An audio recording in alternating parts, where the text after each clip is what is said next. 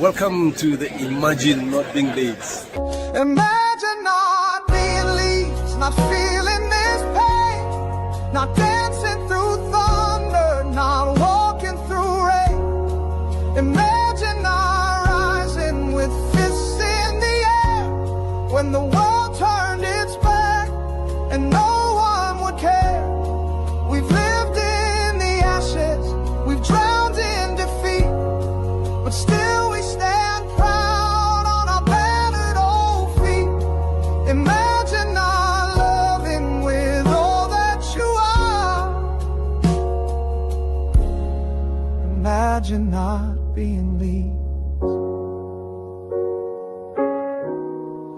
We love you, Leeds, Leeds, Leeds. We do love you, Leeds, Leeds, Leeds. Now then, everyone, welcome back to Imagine Not Being Leeds, and welcome back to everyone's favourite Friday night Leeds show. It is, of course, Late Night Leeds.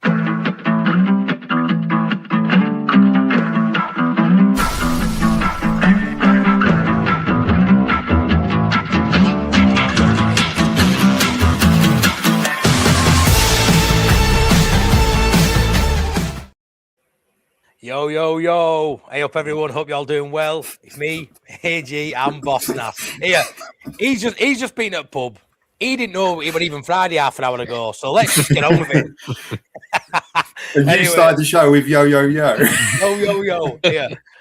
At least I knew what day it was, and I've been sat here organising this ready, not down pub, sipping cocktails or pints, whatever it is you sip, where you come from. Anyway, AG, how are you doing? Yes, very, very well. Thank you, Matty. Yes, yourself? Yes, very good. It's been a very good week as a Leeds fan. I'm getting cramp. I'm getting cramp. Oh, no. Get him off. Get him off. Boss Nass, how are you doing, my mate? Tired? Yeah, mate. Yeah, I'm tired. Two, AG's getting cramp because he plays paddle. He plays paddle, right? Paddle. So people, honestly, get in the comments because you can actually absolutely hammer him for that. Hammer him. Paddle. And then, on top of that, we'll get into it, obviously, but Man United win. 2 Bridgetown season tickets for a loan of a computer. And Manuel Locatelli signed to Juventus till 2030. El Capitano. Let's go. You are in a very good mood with that, mate. It has been for you. Was it? I've never known anyone message me and go, right, lads, I've just loaned my gaming PC to a football club, and in return, I've got a kit. Is it for you and Freddie? And 2 season tickets. I've never known that as a thing, mate. And I know it's non-league, but it's still a pretty cool story. It's a fair play. That's good. It's fucking brilliant. Good. Yeah, only 6 promotions off Premier League, so we'll take it. We will take it. Top Bananas in as always. Hit them likes. Thank you very much, Top Banana. Will it be Dorigo's toes or Matty Steve? We will find out. Tezza, hope you're well. Tony, nice to see you. Dave, always taking the piss as ever. Coventry, did they win tonight or lose 1-0? Oh, I've looked. They were 1-0 down to Blackburn, lads. They were 1-0 down. Honestly, hilarious. If I don't even think they can bottle that, to be fair. But hope you, Hi, it says, what a week. Looking forward to this one. Cheers, Matt. Thanks for tuning in. Dave, as always. Evening, guys. Evening, all the IMBLers. Let's go. Cheers, Nige. And Bill did his weekly membership gift. Thanks so much, buddy. June, evening, Matty, Boston, AG, and everyone else. Thank you very much. Right then, let's get into it. There's only one place to start, boys. Only one place to start. One of the best days of my life. And you know me, I've got 47 children. But this was unbelievable. Let's review the scum game. West have never had a play like you before. He went to Old Trafford on a Monday night. 2 at the Stretford at the fucking shite. No looking for.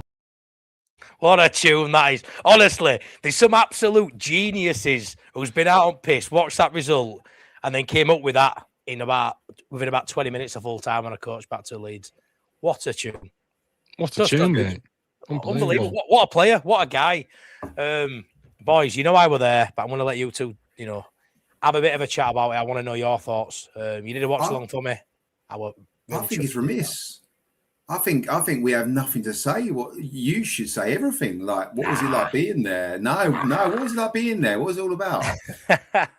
It was absolutely phenomenal, pal, as you can imagine. It was. Me and AG are redundant in this. You lived it.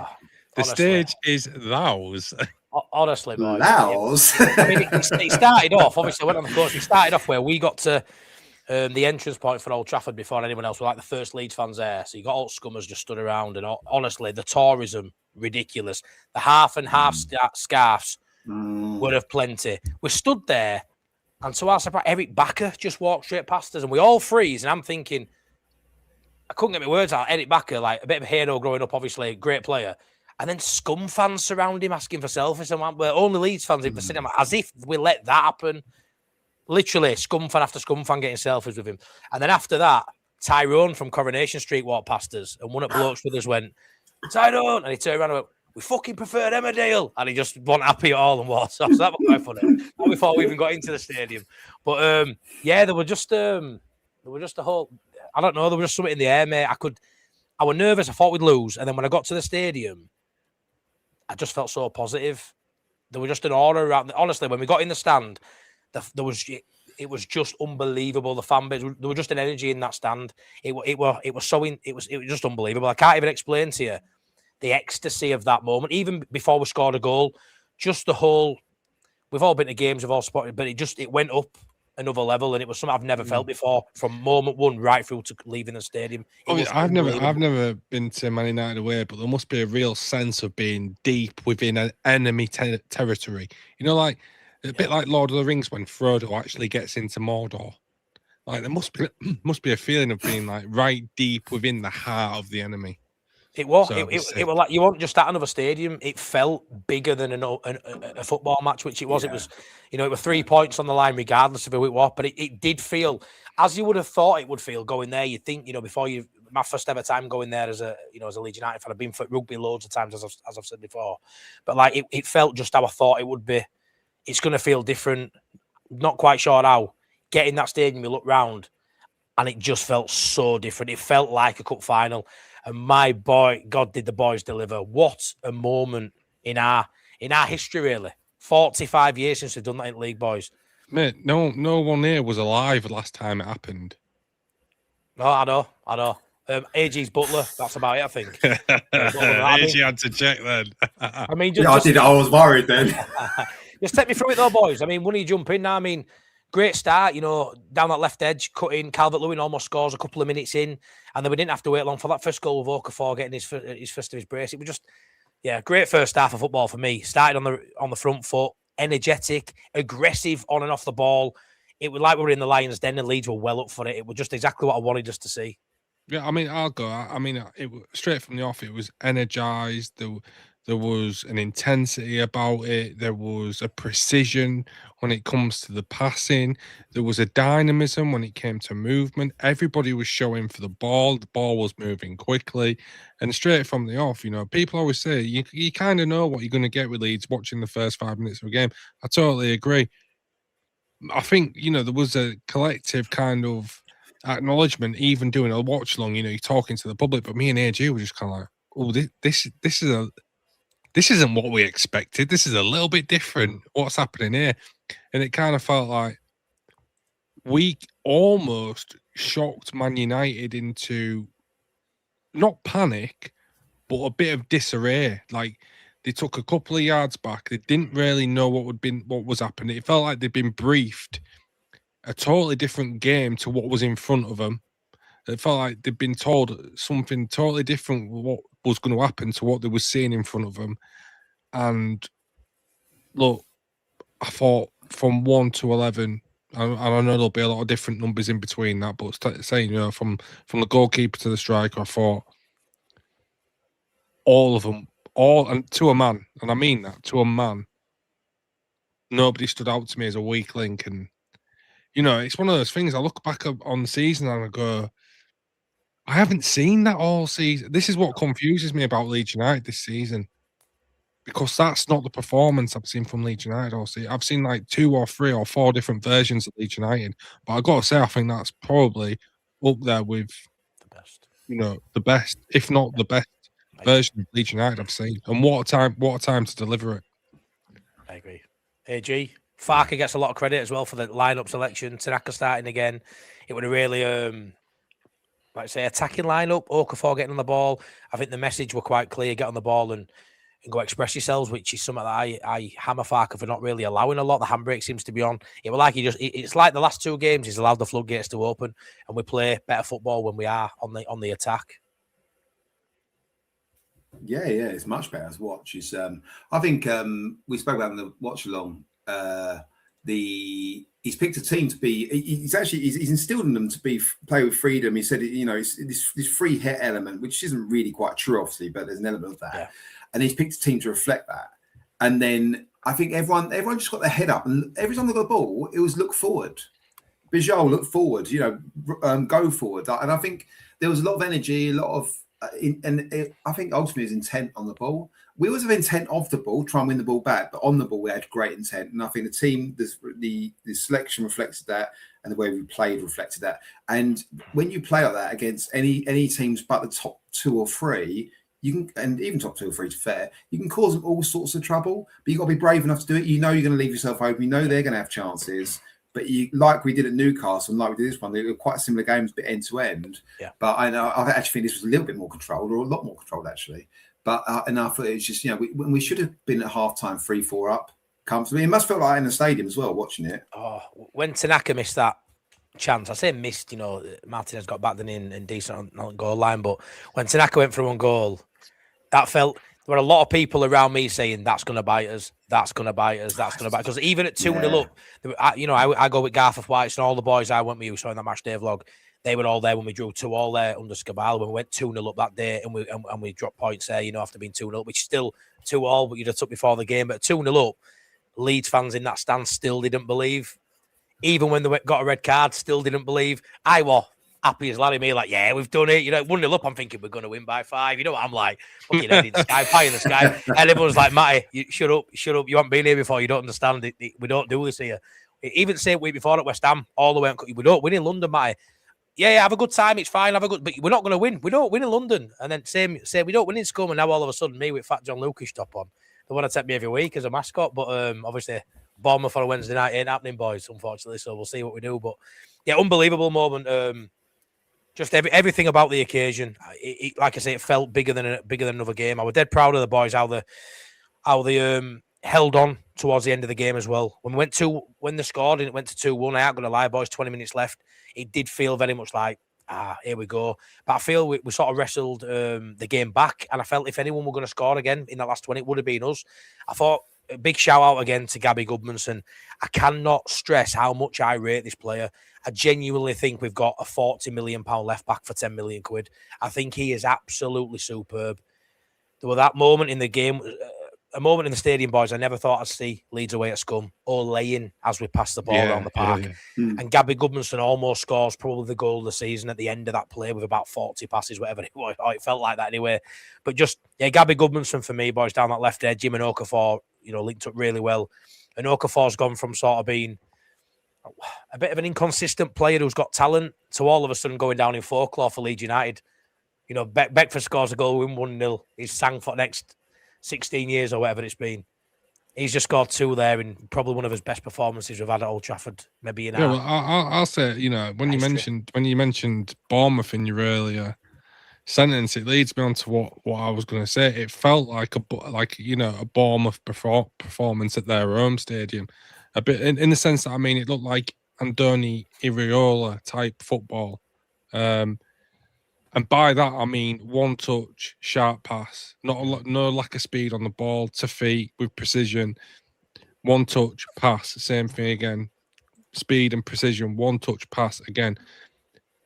Very choreographed. It looked like, like I said, it looked like Andoni Iraola type of football. And I just hadn't seen that all year. And I got to be honest, it shocked me when I watched it.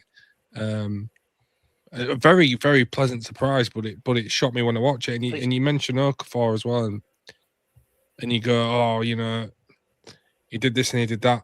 I don't necessarily see that as any different to what he's been doing all season. The difference is this time it's come off for him twice. I've always found him direct. I've always found him quite keen to take a shot, not shy to take a shot, not scared of failure. And I think in a Daniel Farke side, sometimes you need those players that aren't scared of taking an ear bashing off the sideline. They'll just hit one. He's that, isn't he? Yeah, and he did that for us, and yeah, I can't. I mean, me and AG was trying to come up with a man of the match at the end of the game, and I can't even remember who we came up with, but there were so many to pick from. It was just all out. Look, I'd go as far to say it's it's definitely up there with the top 2 or 3 performances of the season. Absolutely, I think it's the best performance we've had under Daniel Farke period, mate, in 3 seasons. I think it's got to be with who it's against as well. For me, I don't know what you think of that, Adam, but I'd say I think that's fair. I think it's fair. I think because it was a bit out of the blue because we could have easily done what we did at Liverpool and just sat in and played that block and tried to hit him on the break, but we didn't do that. And the thing about Okafor this game, Boss has spot on obviously that he he had the output in this game. He had 2 goals, but ultimately it's because we attacked a lot more. We got forward very quickly, and if you get forward quickly, you can give your attackers more chance to score goals. I mean, you give them more opportunity and you feed the ball to them in more space. So it makes a lot of sense. But Matty, I've heard it a few times. People were saying, apparently some club people were saying around the press box, they would have taken a draw at half time. And I was like, no way. Once you're 2-0 up and we were dominated, no way. Like I say, there were a lot of people around me happy we got that second goal for the reason of they've got to score 3 now to ruin our day. But for me, in there, if it had been 2-2, it'd have ruined my day after going 2 up. But it's that was the mentality. If we concede 2, we've still, a lot of people are that burnt, especially the away fans that have been up and down the country to watch. Watch some shite. Yeah. No, that's exactly it. If they'd have been 2-2, they'd have still walked out of there quite buoyant. But I'll tell you what as well, boss. Before you jump in. For how well we played, and we're all saying here, one of the best, if not the best, under Farke, and this season especially. If it weren't for Carl Darlow, we may have still not got out of there with anything. He was superb. Made 2 or 3 point blank. Yeah. Really good reaction save. I'd say one of them were world class as well. I think he's got that in the locker. And it's really nice now that we aren't talking negatively about a goalkeeper. He's doing the basics right, but also coming up with that clutch moment and actually winning us points, I'd say, as opposed to losing them as a goalkeeper. I thought he was phenomenal, and I think he got the man of match in the end, didn't he? I think Cardallo, when he's on it, and he's up there with some, I'm not going to say world class, but he's up there as a very competent Premier League keeper. He does have that kind of twitchy, quick reaction, short stopping save, similar to a Nick Pope in the sense that they both don't have great distribution, but on his day, he can kind of match that kind of style of goalkeeping. But I'd also like to point out that Perry's not been bad recently either. So they've got probably 2 goalkeepers now, which are kind of pushing each other, and that's healthy when you're looking into that position. And we haven't had that for a long time. We haven't had 2 goalkeepers where you think, I could put them in for this kind of game. So yeah, really happy with that. AG's last point. I'm struggling to think of what it was now. AG, can you remember what he last said? I have no idea. Yeah. Back to the host then. But no, you're right about goalkeepers. We've gone from, at one point thinking we've got 2 keepers that aren't out of the level to now feeling it's crazy what a bit of good form can do. 2 good games for Perry in FA Cup, a host of good games for Darlow, to be fair. Maybe since the Arsenal game, he had a bit of a mistake in the Arsenal game at home, but we lost by a few. So really, it's a nice place to be, either or for me at the minute. I do think it'll be Perry will keep his spot in the FA Cup, and I think Darlow will keep his spot in the Premier League, as he should for me. But yeah, I can't even tell you just how happy I was after that. But I just want to play this little clip here of a really, really angry Scum fan. And I can't stand that fucking city. Honestly, I fucking hate everything to do with fucking Leeds United. I fucking hate everything to do with Leeds. I fucking can't stand it. And to watch that tonight was embarrassing. That was embarrassing from minute 1. No effort, no charisma. No fucking sex life. Sorry, boys. Let's be fair. He is in his mum's basement. Yeah, he wants his hard drive. Honestly, the meltdown on social media from the Scum fans has been an all-time highlight this week. It's from Goldbridge right at the top of the ladder, right down to the YouTubers who don't have many followers. It's just been absolute comedy gold because they didn't expect anything other than 6 points off little old Leeds this season. And we've taken 4 off of Scum. We've taken 4 off of Chelsea. We've drawn twice with Liverpool. These games that we're the only side ever in Premier League history to not have lost at least once to any of those sides. Can I say as well, man? Mental.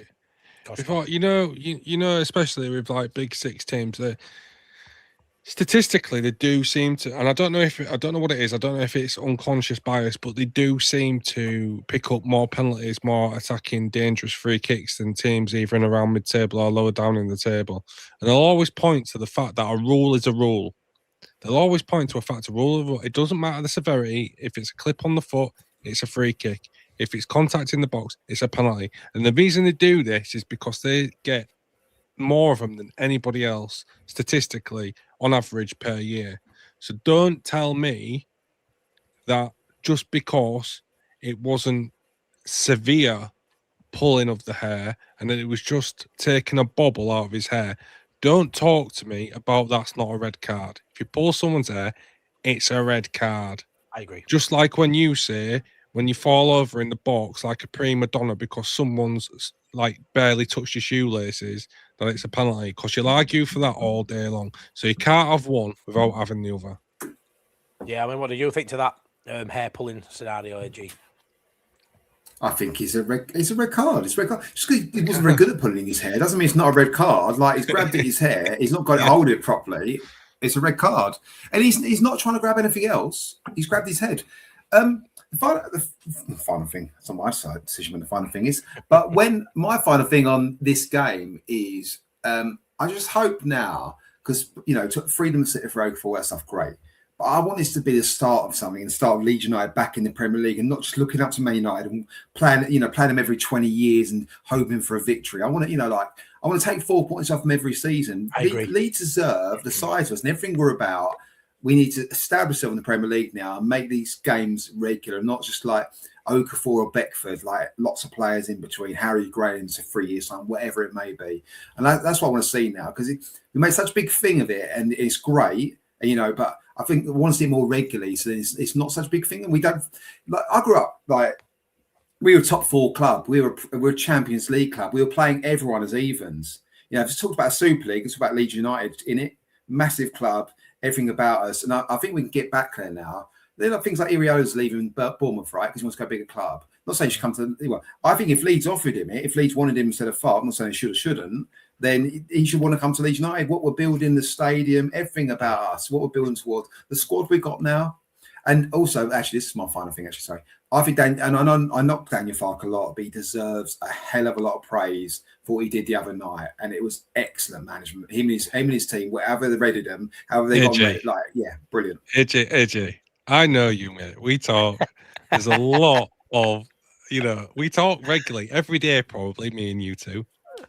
There is no way on this planet that you would not take Iriola tonight over Daniel Fark. So I don't want you playing the crowd going, you would sign that sheet tonight. AG knows there's a time and a place, and right now it's all about Leeds United, Daniel Fark. Show some class, man. Exactly. Show some class. Yeah. I just want to tell you, I you know me, I like a fancy establishment, but this is quite funny, off topic, right? So yesterday for my dinner, I thought, I'll tell you what, I'll nip it to McDonald's. Just fancied a wrap of the day. That's all I got, a wrap of the day. Great meeting you yesterday. Would have asked for a photo, but a bit unprofessional serving you your McDonald's food. So I went to get me McDonald's from behind the counter. And Adam, who now I know is called Adam, I watch you on TikTok and your YouTube. Keep up the good work. And I was like, I couldn't get out of there fast enough. I felt so embarrassed. Then he work gear grabbing a Mac. I just thought, fucking hell, don't bring it up, mate, on any show. And he's done it tonight. It's fair play, Adam. So yeah, that was a new one for me. I went, can I have a couple of barbecue dips, please? And he went, yep. Only give me 2 though. You could have given me more if you did a good. It's still £2 wrap of the day. Still £2. Is it $2.49, Adam? I'm not sure, but yeah, that was quite funny. My mate was just like, honestly, can't take you anywhere. But yeah, thanks for that, Adam. You're absolute legend, pal. So boys, scum game, absolutely fantastic. Do you mind, because I'm still riding the crest of a wave, if I play a few of my little highlights? Go for it. A lot of fucks, and I'm not a lot given. 3-0 Leeds. Change my mind. 3-0 Leeds. Change your mind. Come on.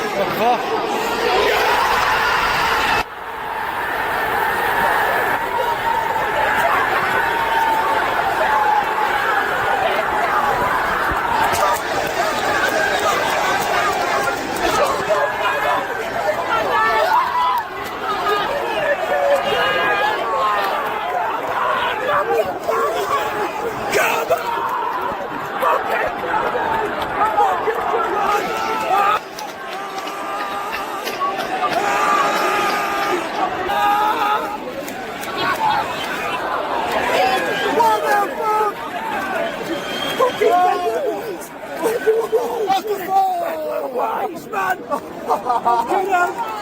Oh! Fucking come on! Yes! Yes! Yeah! Fucking dreamland! Fucking come on! Fucking bye-bye! Fuck off! Yes! Yes!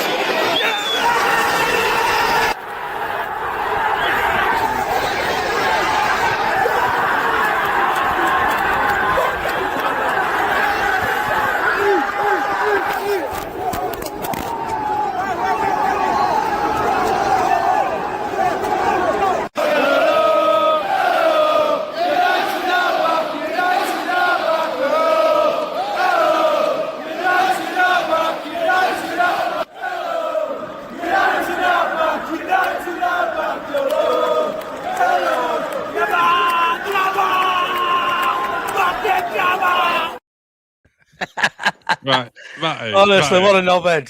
So what I can take from this is if I go to a football game with you ever, all I'm going to hear in the side of my ear is "fucking come on" a million times. A million times, mate, and just see bare chins. Literally, that's brilliant, mate. It's what football's all about. It's class. Bob Young just asked. Bob Young just asked a great question. He said, "When does Fark in your eyes surpass Bielsa?"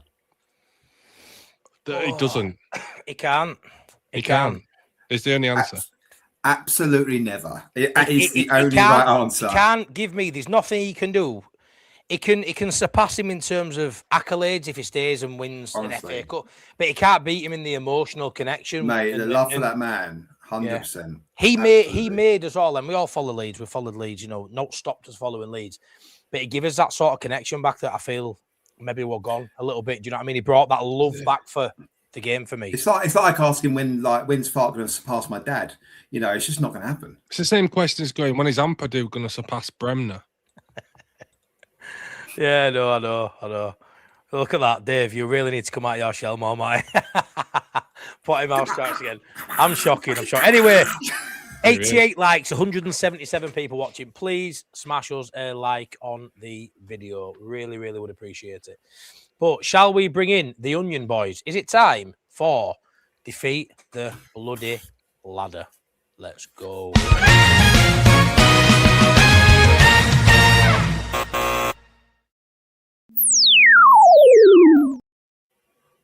There we go. How you doing, Onion? How you doing?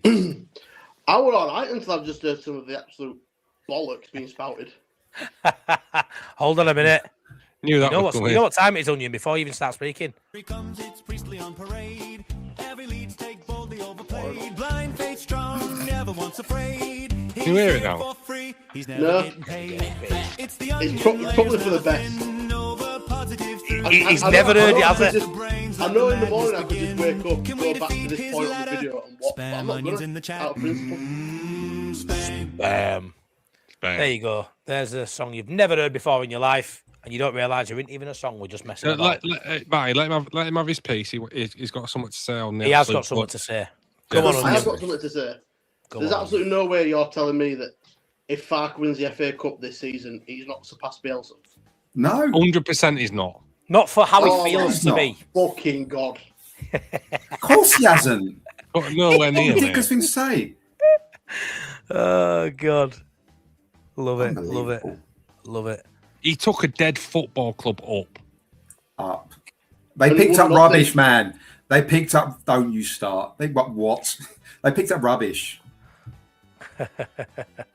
Yes, let me just shout this out, please, before we get into it.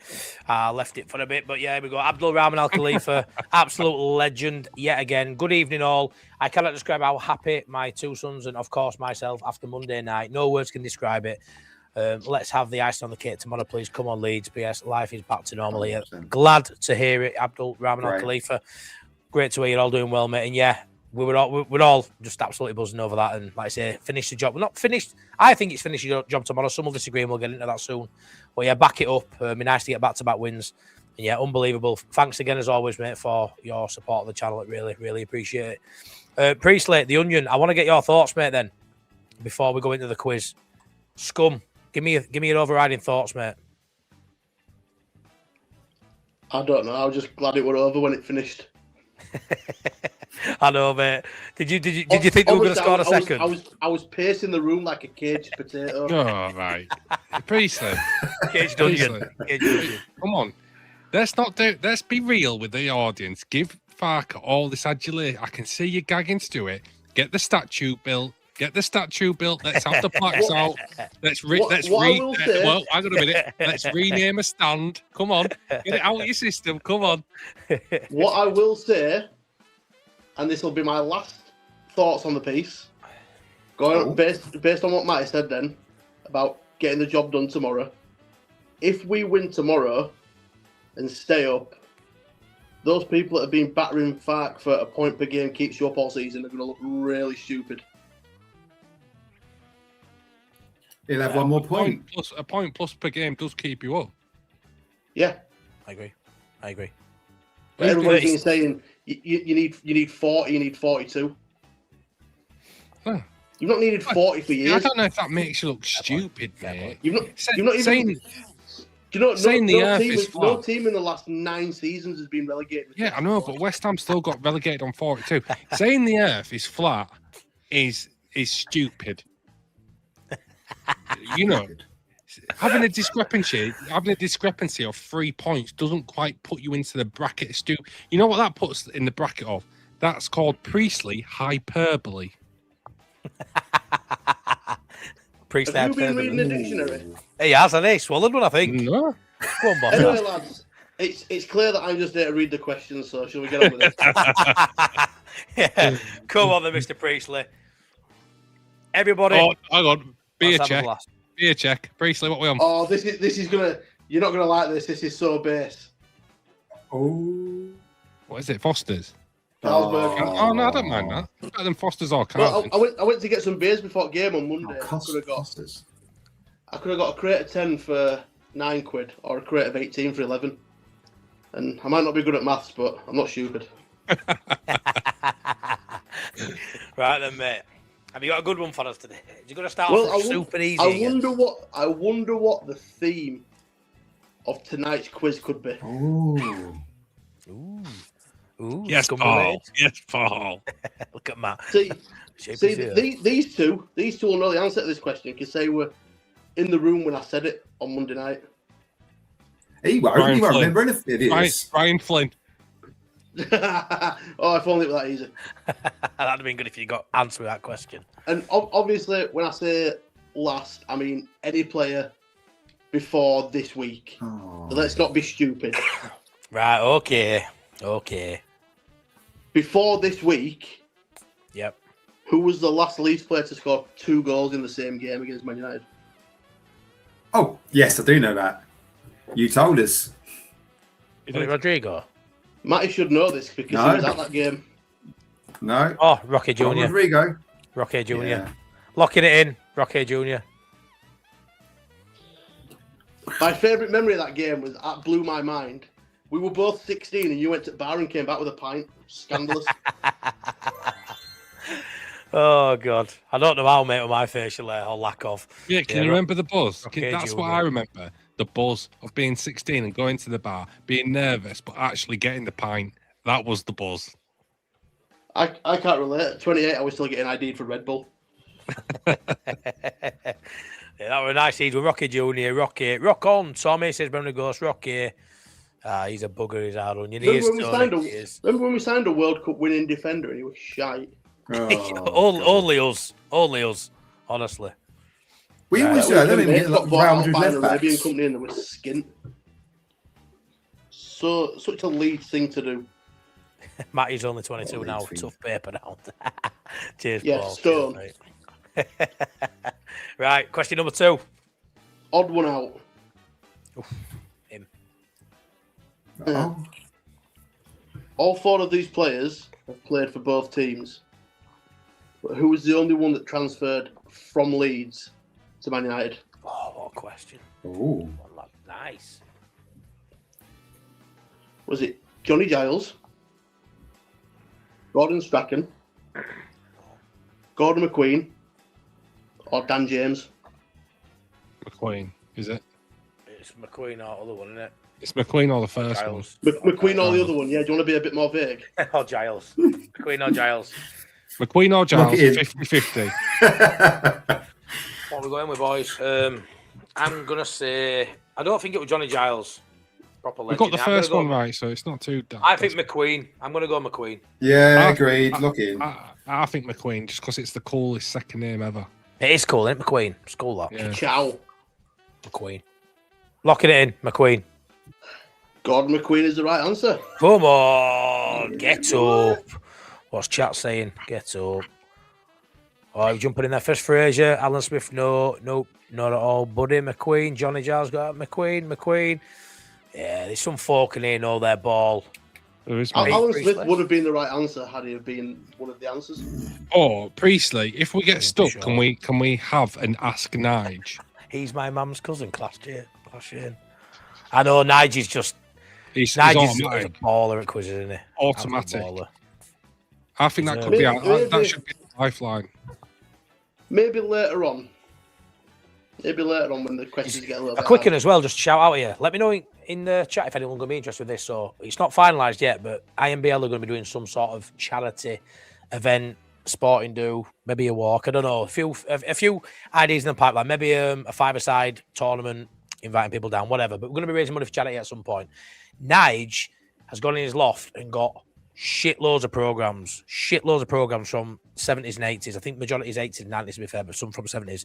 He's even got the early 90s title winning year, all the home games and some away games in pristine programs. So he's got them all together. We're going to look at maybe auctioning them off to raise money for the charity. So I just thought I'd shout out. Anyone's interested in old programs would be interested in that, let me know. But yeah, we haven't sorted out yet, but it's something we're going to sort out in the next couple of weeks, me and Nige. Top guy. Just thought I'd say that. Right, question number 3.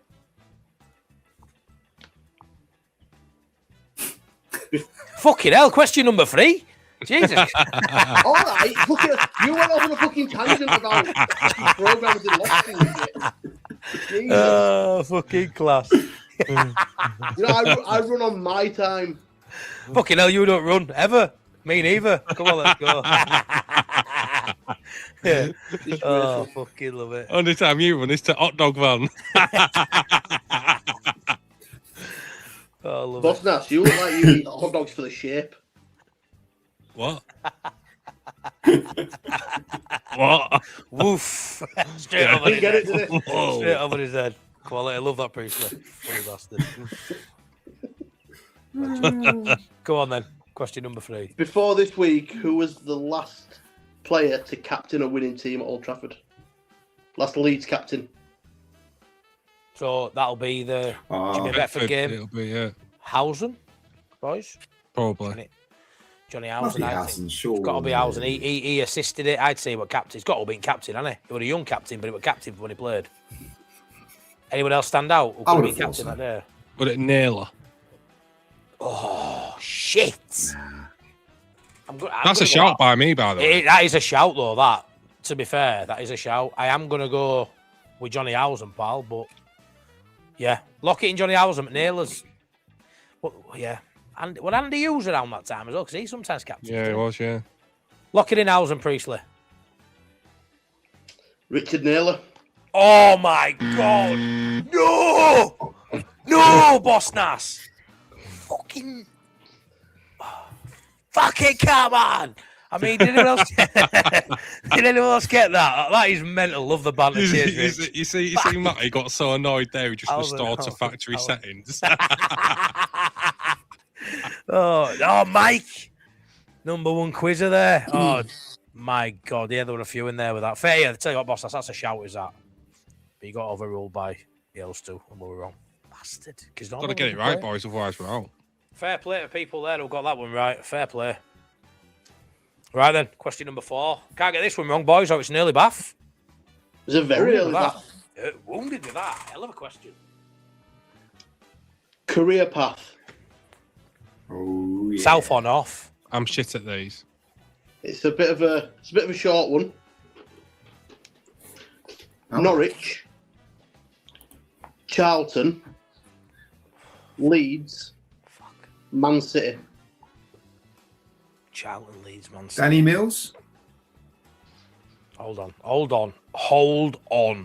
No, Okay, but I think that's the right answer. You have got the Charlton and Man City. I think he did play at Norwich as well. Well, I forgot about the Charlton, and I can't remember him playing anywhere after Man City. Definitely played at Charlton. Definitely played at Charlton. And how much do we just hate Danny Mills now? He's just horrible, isn't he? Horrible. I don't really care about him. Yeah, he's one of those footballers that didn't love football. He loved money. That was it. Fucking Decent 100%. player. Great summary. Decent player. Yep, we're locking it in. Danny Mills. Danny Mills is correct. Get in there, boys. We're back in the game. Back in the game. Who got that one right? Let's have a look.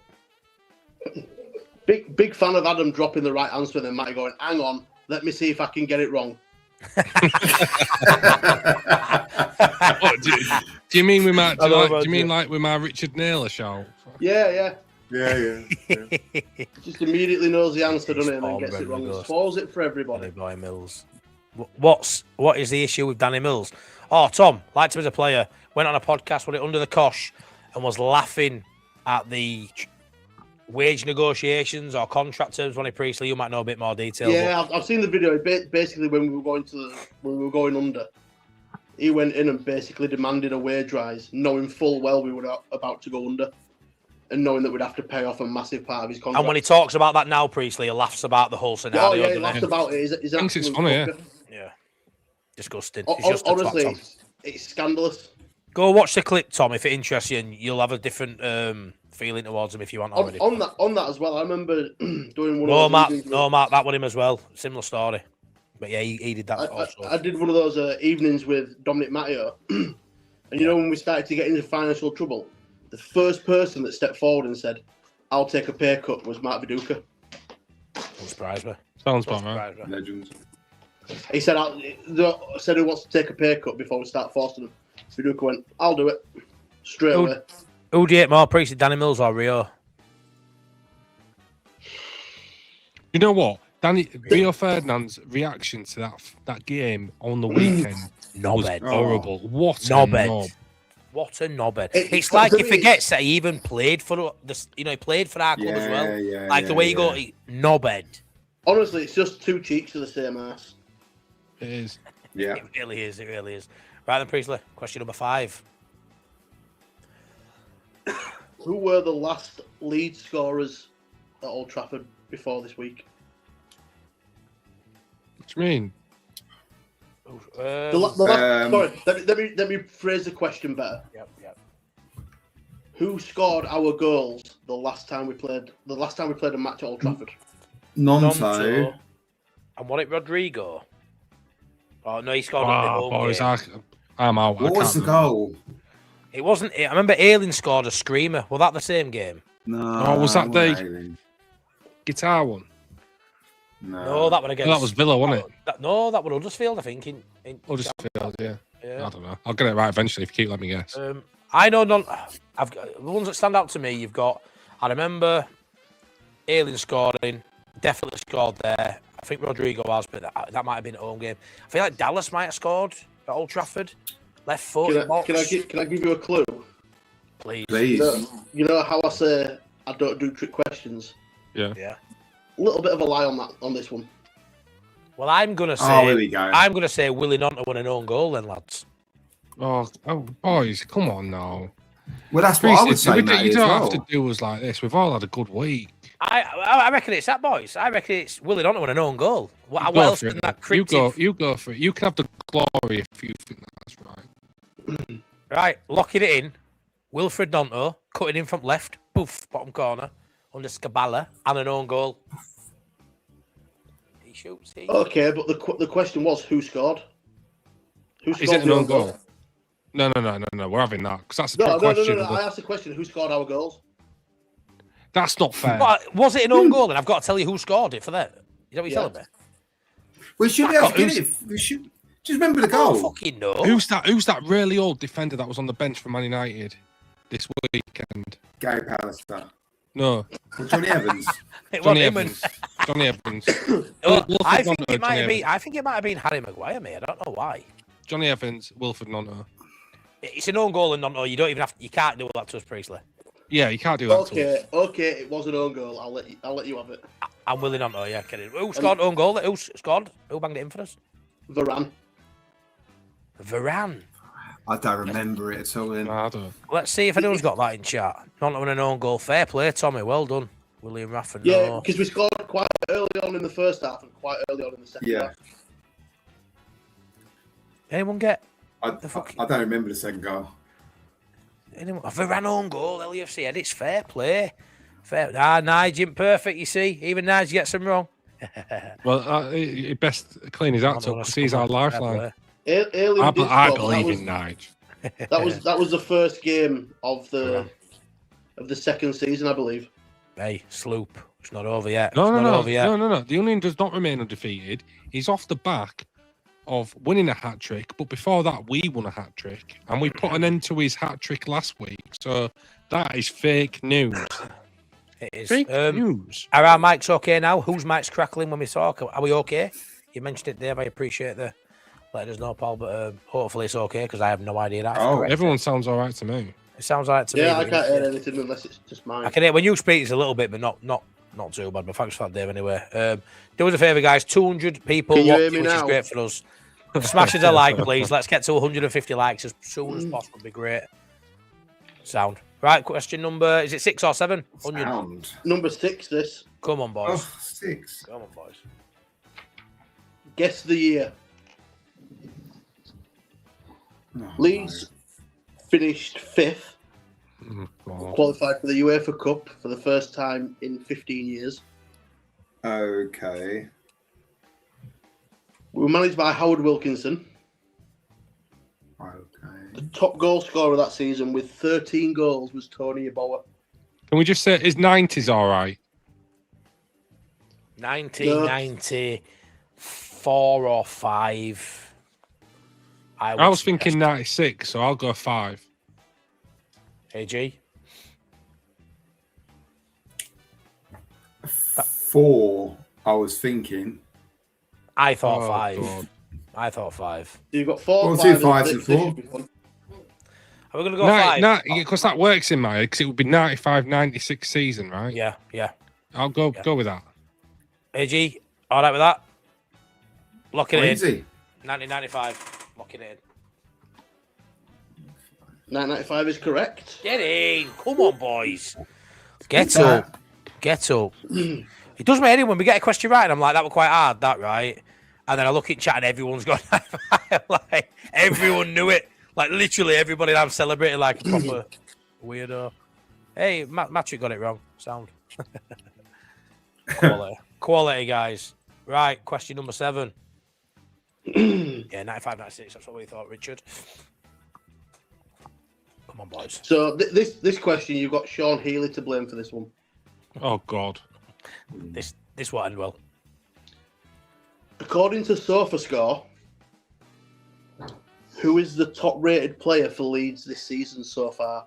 Oh, God. And to help you out, there's 2 that are tied. Right, lads. I think Anton Stack. No. I think Anton Stack's fine. I think he's a 7 point something. Remember this. It's right. AG, it's going to be based on average rating, which means it has nothing to do with how many games you've played. Thank you. That's great advice. I knew that. I think Ampadu and Goodmanson must be up there, boys. No, but what I'm saying is, pass accuracy comes a lot into it. So, like, but I think Anton Stack's won a lot of duels. I think I think Anton Stack's really well rated this year. I think all the stats are very good for Stack. I personally think Ampadu and Goodmanson. Well, then again, Goodmanson defensively has not been brilliant, so maybe surely he's had a lot of man of matches and stuff. And I'll be honest, I will take either of them. You don't have to name them both.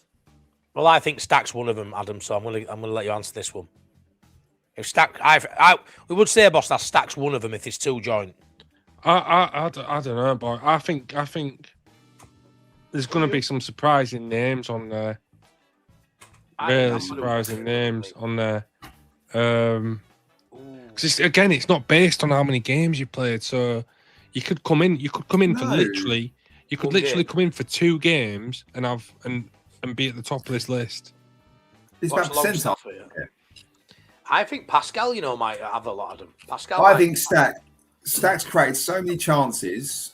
I think he's won so many duels. He's aerial duels. He's like top 95% in the league. Right, locking in Anton Stack. Locking in Anton Stack. We got last and right. I'll be honest. I'll say Brewer. I looked at this and I was expecting it to be like Goodmanson, but it's not.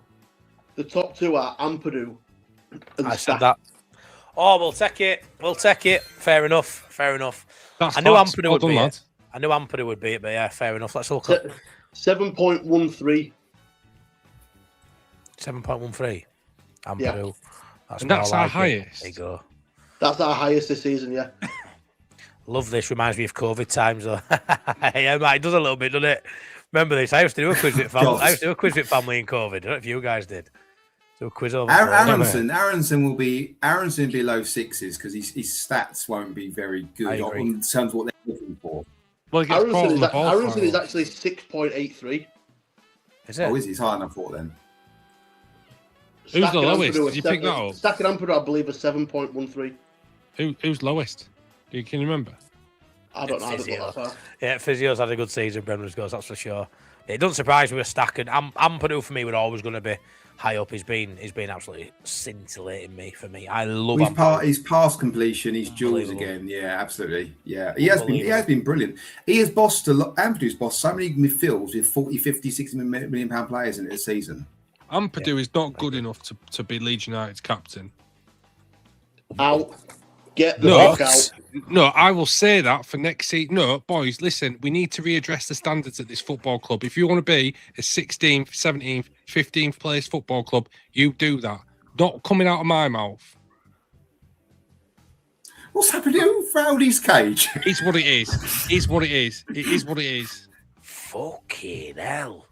Anyway, Fucking that's come all on. from me, lads. Wow. Sack the captain. Wow. Oh, It's what it is. I mean, listen, I've I will heard some speak. mental Listen, takes on Leeds. I United, ain't bothered. but that is Listen, up there. I ain't part of this Leeds United YouTube Illuminati that all say the same shit every Illuminati. single day of the week. I ain't part of it. I will speak my goddamn mind.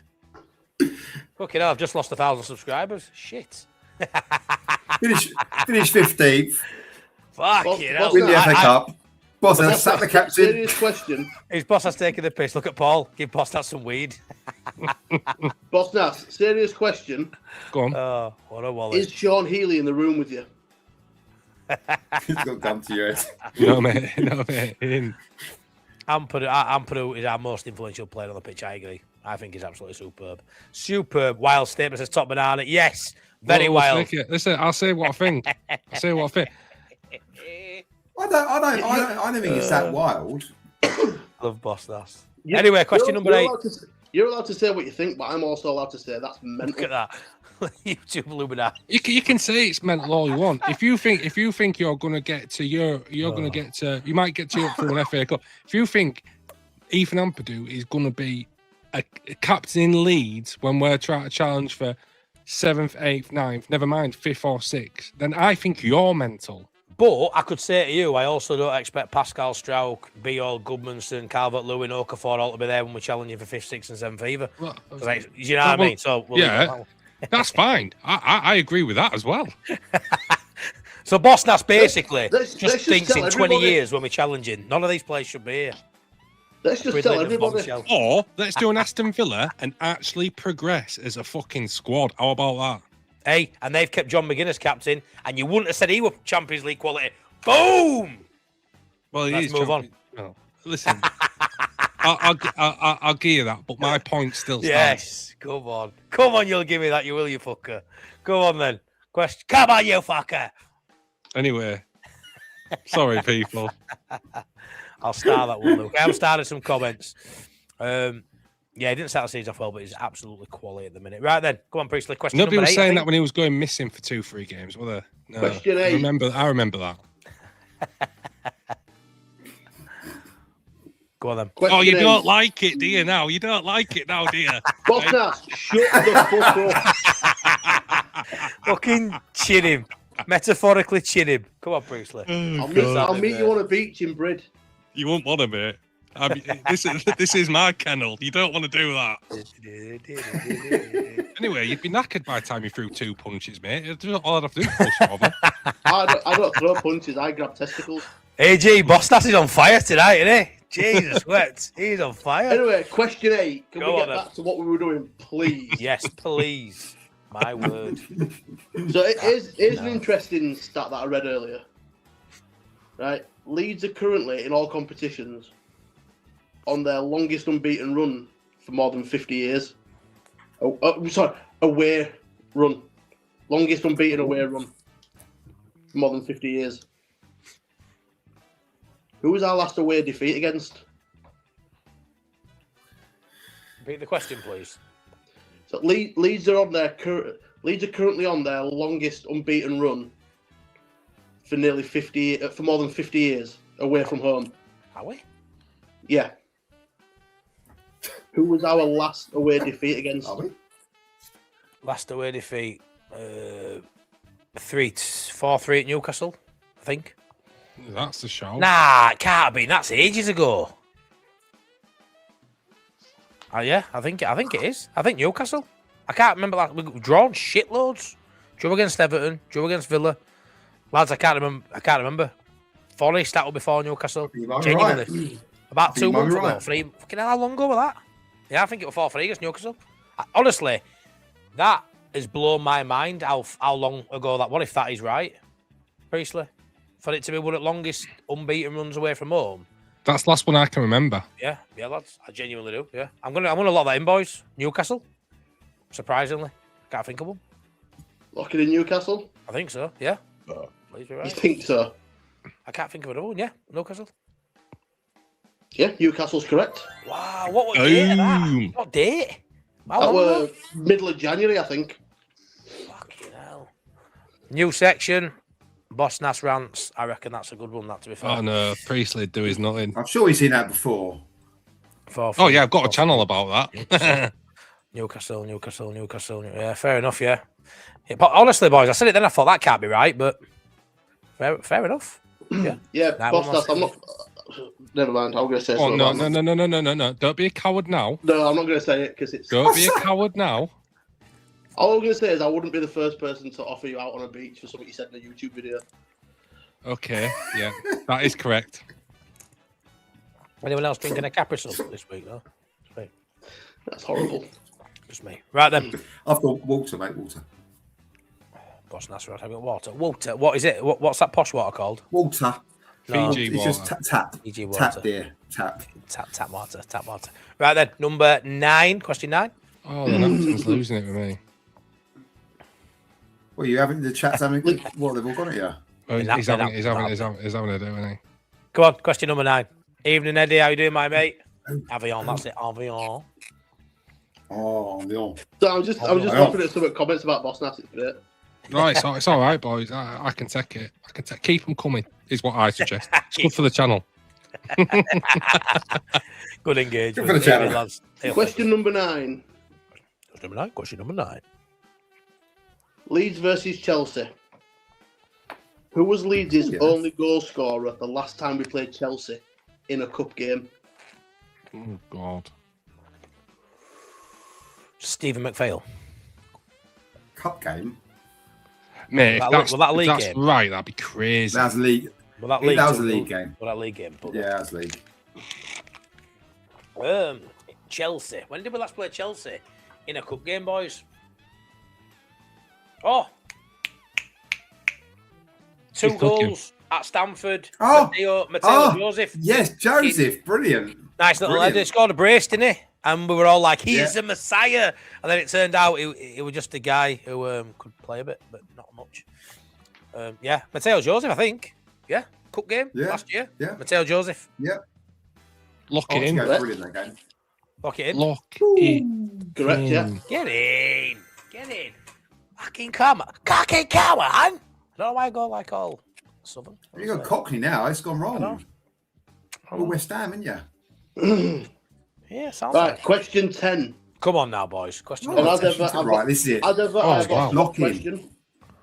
I've got a swap Someone's question. got that, Joseph. Do we have Sorry, a Ask Nige in the bank as well? 2 goals? It was Paul. It was. You can't have an Ask Nigel a 10. Sure. Nah. Oh, you would say you don't that. get any All lifelines right, in the man. sentence. The fact you've got a swap question is enough. Yeah. So what are we talking? Oh, yeah. 25 years ago today, I agree. Leeds qualified for the semi-finals of the Champions League. Oh. Champions League. How or much European do you Cup? remember about the lineup from that night? If I give Good you question. the lineup, could you tell me the missing player? Oh, this is a belt of this. No. Potentially. Yeah, man. Are you yes. two actually giving it that you reckon you can do this? Yes. So, Mate. so from the semi-final, if you name the lineup, No, from the quarter-final. and you leave Against- one player out. The 2-0 defeat against Deportivo La Coruña in the second leg. And you think you can say the missing player? Yeah. Potentially. But It's- the problem you is know what there's it a lot of is? injuries. It's Adam. It's one of them where we'll probably get it wrong, but it's just a really cool question, I think. to just Listen, say. Can I guess- listen. Yeah. Can I say one thing? Can I guess the player before we start? Yes, you can. But listen, anybody say a player and says lock it in, right? My laptop is instantly getting thrown at my TV. So don't even The bother. thing, the thing, no. The Bosnak's thing been is, ruining that- 2 devices. Wait, he's getting them to the clubs, but do the team, because we'll get the position quite quickly. No premature allocations. No. Sean Healy says this is going to be the easiest question 10 ever. He's still on Well, I spice having was samba. planning on having it a bit earlier, but I thought some of the other questions were a bit more difficult, and that's backfired. I should have gone with swap question first. Right. Nigel Martin, Danny Mills, Boo. Rio Ferdinand, Boo. Okay. Dominic Matteo, Yeah. Ian Hart. Okay. So, are you saying them before me? No, he's writing it down. No. Lee Bowyer, Liban, Olivier Decor, Harry Kewell, Dave, Penny. Alan Smith, Mark Viduka. Backer. Okay, so we're setting the midfielder down. He didn't say Lee Bowyer. He I did. did. Oh, Yeah, he did. No, he No, didn't. Oh, you're. He did say Lee Bowyer is what I meant to say. Not only did I say it, he said it as he was I'm writing sorry. it down. Look, it's even. Right, I was the one saying this question's got to be incredibly hard. For me, it's either Backer or Batty, and they're the only 2 options. Fuck you know, yeah. Oh, and it's a flip of a coin. Jacob Burns didn't get this far, did he? He was early in the tournament. He had to fuck around. Ooh. Could it be a question like that though, where they've been thrown in? Oh, because of the right. niggles? So now we're saying Burns, Backer, or Batty. It can't be Jacob Burns, but this is. Oh, fucking hell. Boys, we've got to swap a room. But Burns wasn't starting this late in it. I can't think. If he started at the Champions League quarter final, then I've still got a fucking chance. Not being Mate. funny. Fucking hell. done it in boys. all. Are we doing swapperoo at question, boys, or are we doing a fake coin flip? We are coin flipping this. No, I think we if- need to think. If one of you can't tell me it's either Backer or Batty, It's one. or even AG's chucking in Jacob Burns, I don't think Burns played the quarters. But if one of you think can't it's tell, Eric. I would Well, say if one- Backer, but it's just a guess. if one of you can't tell me exactly, like, why risk it? Yeah, well, we might know the other one. Right. Shall we do a Yeah. swapperoonie then? Find an answer to this out after. We're going to give ourselves a much harder question here. Not necessarily, because this is a 50-50 anyway. Other one, we might just. Priest's face. is Yeah, be saying like that a one's 0-0. Look at his face. A Look at his face. Tenny- Look at his Tenny 90. face. Look at his face. I think as a team captain, boys. He looks like my cat just before it gets fed. It's like, I honestly, I couldn't tell you. So I'm gonna go Swapperoonie, and then we'll find out the answer to this after. Priestley, was it home or away? This game? Away. I'm voting Swapperoo. Yeah. Fine. Which means it don't matter what you say. Right. Come on. We live in a democracy, unfortunately. Hurry up before he goes off on another fucking rant. Swapperoo. Come on, Swapperoo. Please don't be a question about Ampadu. Come on. We'll fight them on the beaches. Go on. Right, swap question. You get multiple choice for this one, and AG's right. This is a much harder question. Oh, fuck off. Of course it is. Oh, That's right Nige. then. That's Nige. Come on, boys. Who was the Leeds manager the last time before this week a Leeds player scored 2 goals in the same game at Old Trafford? Right. You know that school, right? No, listen.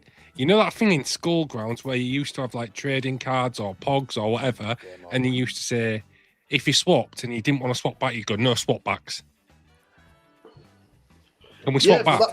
That's all well and good, but you didn't know the answer to the original question, which is why you swapped. Yeah, it was obviously fucking Batty. Game over. Do you want the Swap multiple choice? Yeah. You two deserve everything you get. I don't know why you're complaining because this He's actually makes absolutely you reveling happy. in this. I don't know what you're literally secretly buzzing in your computer chair. So don't be There's no acting secret. No, It's a nice chair. Don't start my on. chair. Multiple want to choice. lose. And I You know want to lose. I know what managers you're going to give us, but go on, multiple choice. Which managers am I going to give you? I tell you. Revy, Give me 'em. Armfield. Yep, that's the two he's going to have on the list. Right, go on. Oh, you have little faith. Was it Don Revy, Frank Buckley, What the fuck? Who is he? Ray Carter, or Dick Ray? I can't be asked.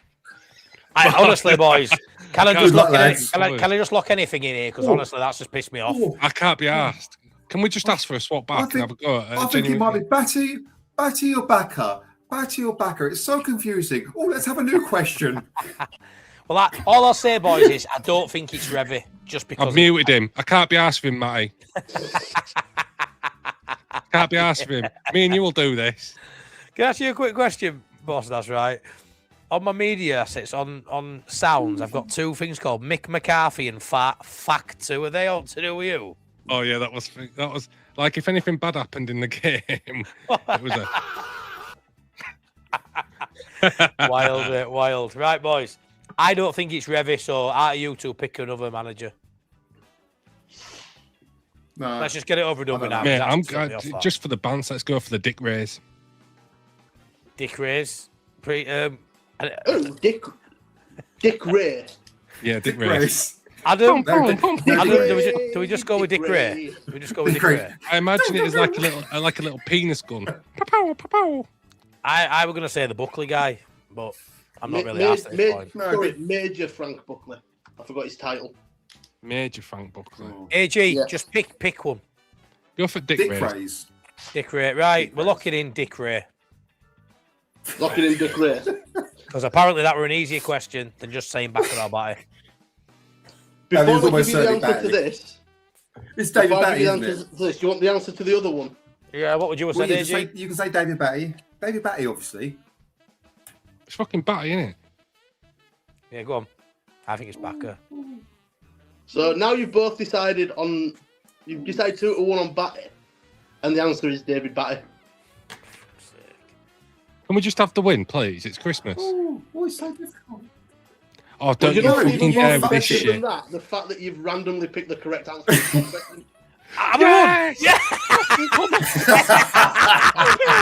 Get in, man! There's little bits of sun rays coming out of dicks everywhere. Come on, Dick Ray. Yeah, Get Batty, up hold there. on, Let's set hold that. on, Let's set hold that. Hold on. 1931 was the year. Wow. It can't get better than that. Can't go on like this, can it? It can. It can. I am Cheers, so Mick. annoyed with that. That Oh, is ridiculous. Boss Nass. Pulling Dick Ray out. I'm buzzing with that. That's class. That is absolutely class. Yeah, and Do you also all know the what's people. Get it. even Cry more out. annoying is when I wrote that question out, I Get thought it. there's every chance that you three idiots would go for Dick Ray. Yeah, listen, and for all We're the not that people, immature. for all the people sending shots at me at the chat, I'll see you here same time next week. All right. This week, we have in fact defeated the ladder. Guess.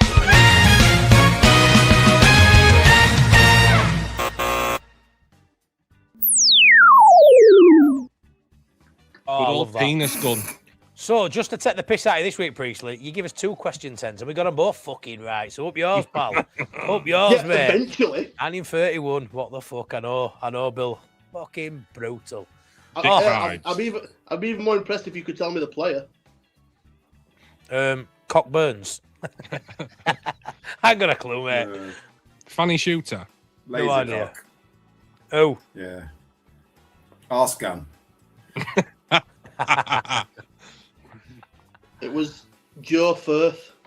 Yeah, I would have had no idea. Yeah, we'd have got that one as well, mate. We'd have got that Yeah, one. We of want course. multiple choice. Yeah, you're lucky you didn't ask that as yeah. well. That'd been 3 question 10s right. Yeah. Priestley, thank you for the quiz as always. Are you sticking around for Dorigo's toes? Yeah, go on then. Go on then. Let's see this week who is in between Tony Dorigo's toes. On a Friday night, who goes between my toes? Who the hell goes in between Tony Dorigo's toes?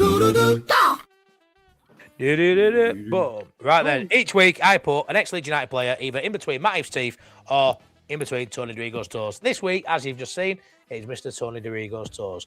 Let me know. Give it a bit of time, Priestley. I know you're eager. Who goes between Tony Dorigo's toes this week? Dick Ray. Not quite. Right, let me read some clues out. Oh, okay. Hold on. Got it. The Nordic edition, the towering 6'5" centre-back was the 4th player from his country to sign for Leeds, arriving from his nation's capital club in January of 2018. Bielsa AG's debut. got it. After a AG long knows recovery it. from a foot injury, he was handed his debut by Marcelo Bielsa in a 2-0 victory over Bristol City in November 2018. Despite being tipped a future star and scoring on his only senior goal for the club in an FA Cup clash against QPR, he made just 5 first-team appearances before moving to Barnsley in 2019. Oh,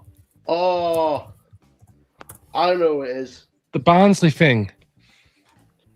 Who thinks they knows? Bosnas. Does his last name begin with an S? No. I don't know then.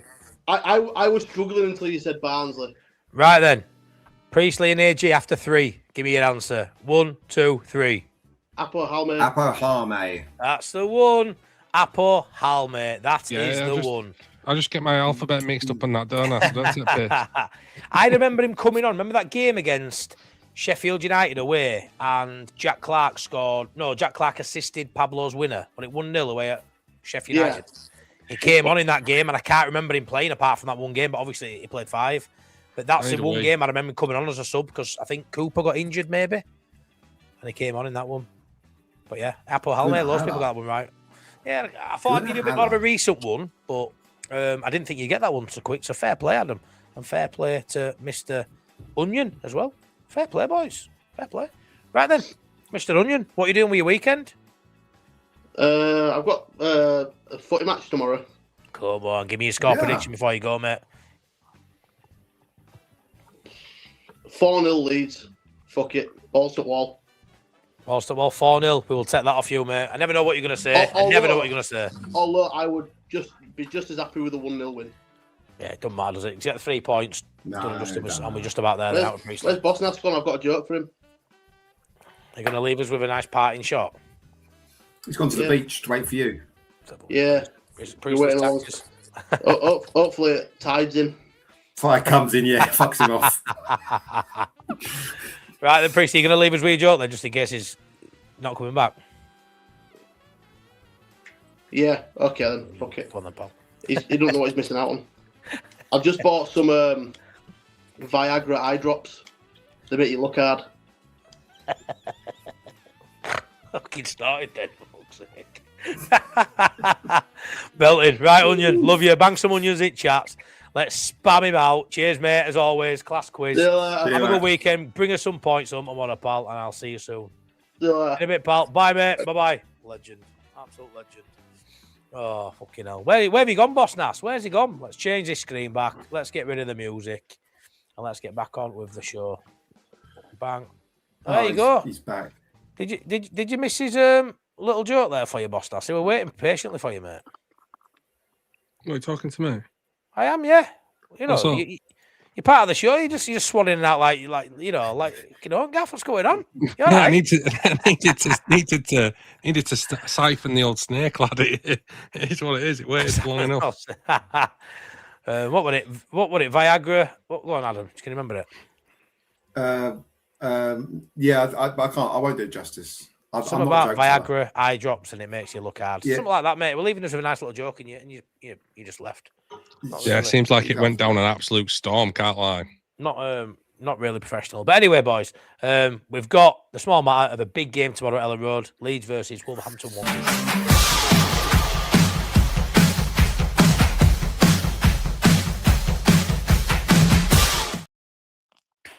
Huge game. I'm not actually going to this one. Can you believe it or not, boys? I'm not going to a game at Elland Road. Shocking. Which is quite rare. So I'll be doing a watch along. Delete the channel. Oh, I know. Shocking on my behalf. An own game. So I will be doing a watch along tomorrow. If anyone cares to come along and watch, about 25 to 3, about half an hour, 25 minutes before it starts, I will go live. Priestley will be there as always.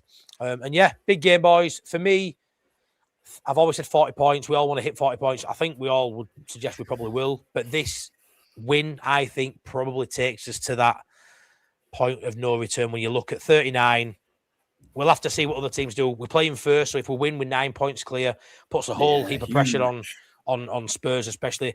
You know, it's all right. Obviously, they've got opportunity to get 3 points this weekend, same as us. But going first sometimes gives you a bit of a psychological advantage and edge. And if you can go there and extend to 9, that looks, a lot worse than what it was before we played Scum, let's be fair. All of a sudden, people were talking about Leeds United again in that realm of, actually, West Ham have won. Oh, Leeds United might go 9 points clear, boys, before they kick a ball. What a place that will be. I don't think Spurs are even looking at us anymore. I think Spurs fans all think they're down. They're done for. I think the only hope they have is West Ham. They don't know how they're going to pick up points. They are shot. And I think 6 points, 9 points. I think we will go 9 points ahead, and then it is far too much. I think this is the win because we'll pick up more points between now and the end of the season as well. Win tomorrow, I think we're safe. Momentum's on our side. Everything else. And then suddenly, if 3-4 games turn around for Spurs, and if they don't beat Brighton at home in the evening, they are stuffed, aren't they? I mean, De Zerbi's first home game. If they don't get any points from that, they are stuffed. Obviously, with Spurs as well, boys, it's all about points. It doesn't matter how well they play or whatever. It's about points. But I'm really intrigued to see how they play because after the first 5 minutes in the last game, there were no fight at all from Spurs against Sunderland. They looked shocking. It looked like he had a week and a half to get a tune out of them, and it looked like they were just playing back to factory settings of what we've seen of late. So yeah, Boss Nass, Wolves bottom at league for a reason. Had a decent upturning performances since the new manager came in, but hammering at West Ham, note to play for, 3 points guaranteed, right? Not guaranteed, but very, very likely. Yeah, I mean, look, on Spurs and that. The thing is, we've got very recent recollection of how it feels and what happens when you're down there, like in the relegation zone at this point, and you're right, everything goes against you. Everything. It's like what happens with them against Sunderland, like a deflected goal, anything like that, any kind of 50-50s where the referee gives it against you, or like it's just horrendous. And look, they look like they've forgotten how to win, so. I do feel like if Leeds win tomorrow and Tottenham lose, that's it. Beach settings. Not that we should be on the beach, always try and win games, but I just don't see them overturning a 9 point deficit. They haven't won a game in 2026. Mad, isn't it? I mean, that's how serious we're talking here. They haven't won a game this year. So yeah, but yeah, I think we should beat Wolves. Again, it's weird when you're playing a team with no pressure on them. They're literally playing for professional pride, put themselves in the shop window. So it is difficult in a sense because teams that play with a freedom, and I mean a total freedom, can sometimes buck the trend, and we've seen that with Wolves in recent weeks. I think they're probably in the top 12 when it comes to the form table. So absolutely nothing we should take for granted, but 100% a game we should go into expecting to win. I think so. No, Go on. What's interesting, so a lot of people talk about Wolves' form. Yeah, they're quite good form. They've won 3 games all season, none of which they've won no games away from home all season. There's no form in this. They are atrocious as well. Like they've been okay lately at home, but they're still rubbish away from home. They might pick up the odd draw. They've won no games away from home at all. Like this should be a Leeds. If we go with the same, ultimately it's about us. We go the same mentality, play the same aggressive football. We will just steamroll them, I think, and we should win 3-4-0. That's what should happen. I mean, get a full.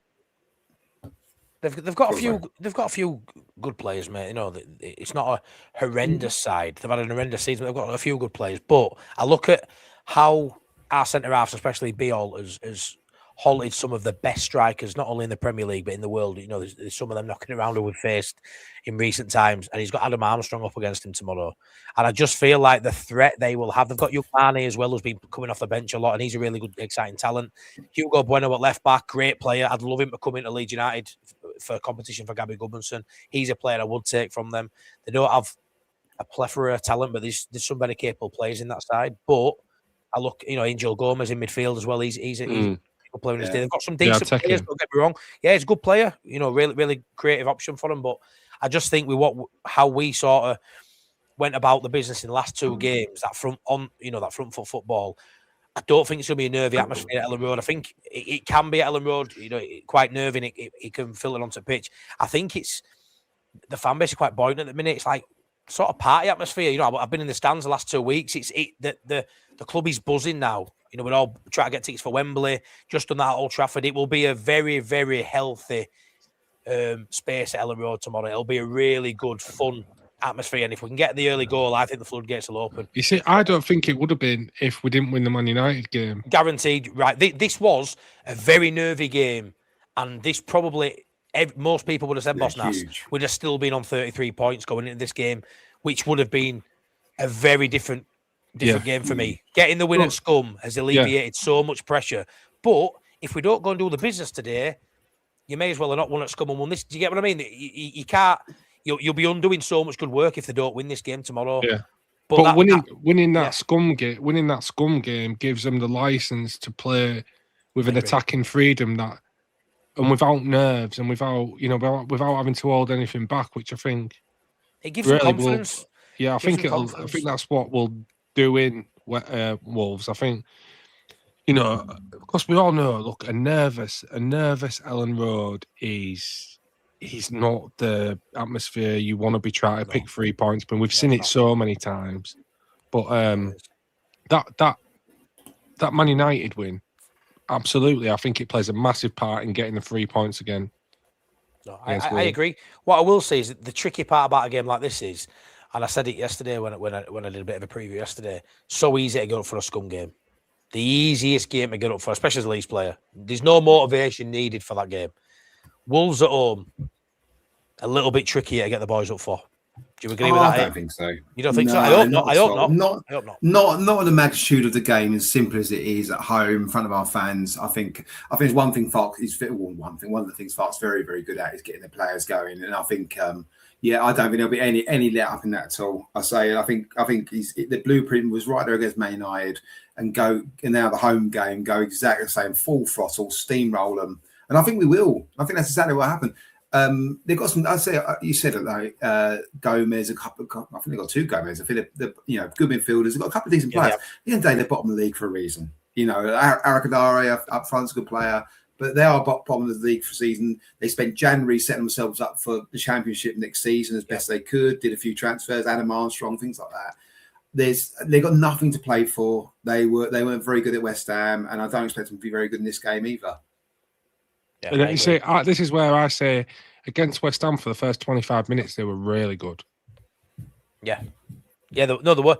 The 4-0 flattered West Ham. To be fair, big time.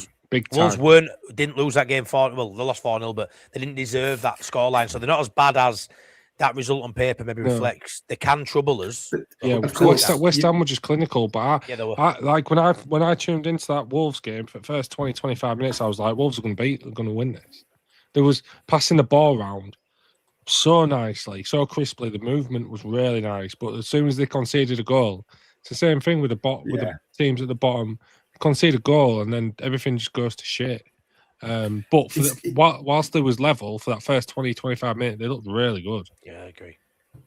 It's all mentality, though, this stage of the season, isn't it? Look at Arsenal. It's all mentality, absolutely. And there is something in Wolves being down already. Like, it's fine. But as you say, so Leeds just going right mentality. Wolves aren't a bad... they're obviously a bad side. The bottom of the league, they're 3 wins all season. Top goal scorer got 2 or 3 goals. Like, they're not a very good side, obviously. They've got some decent players, to say, and they've been much better of late.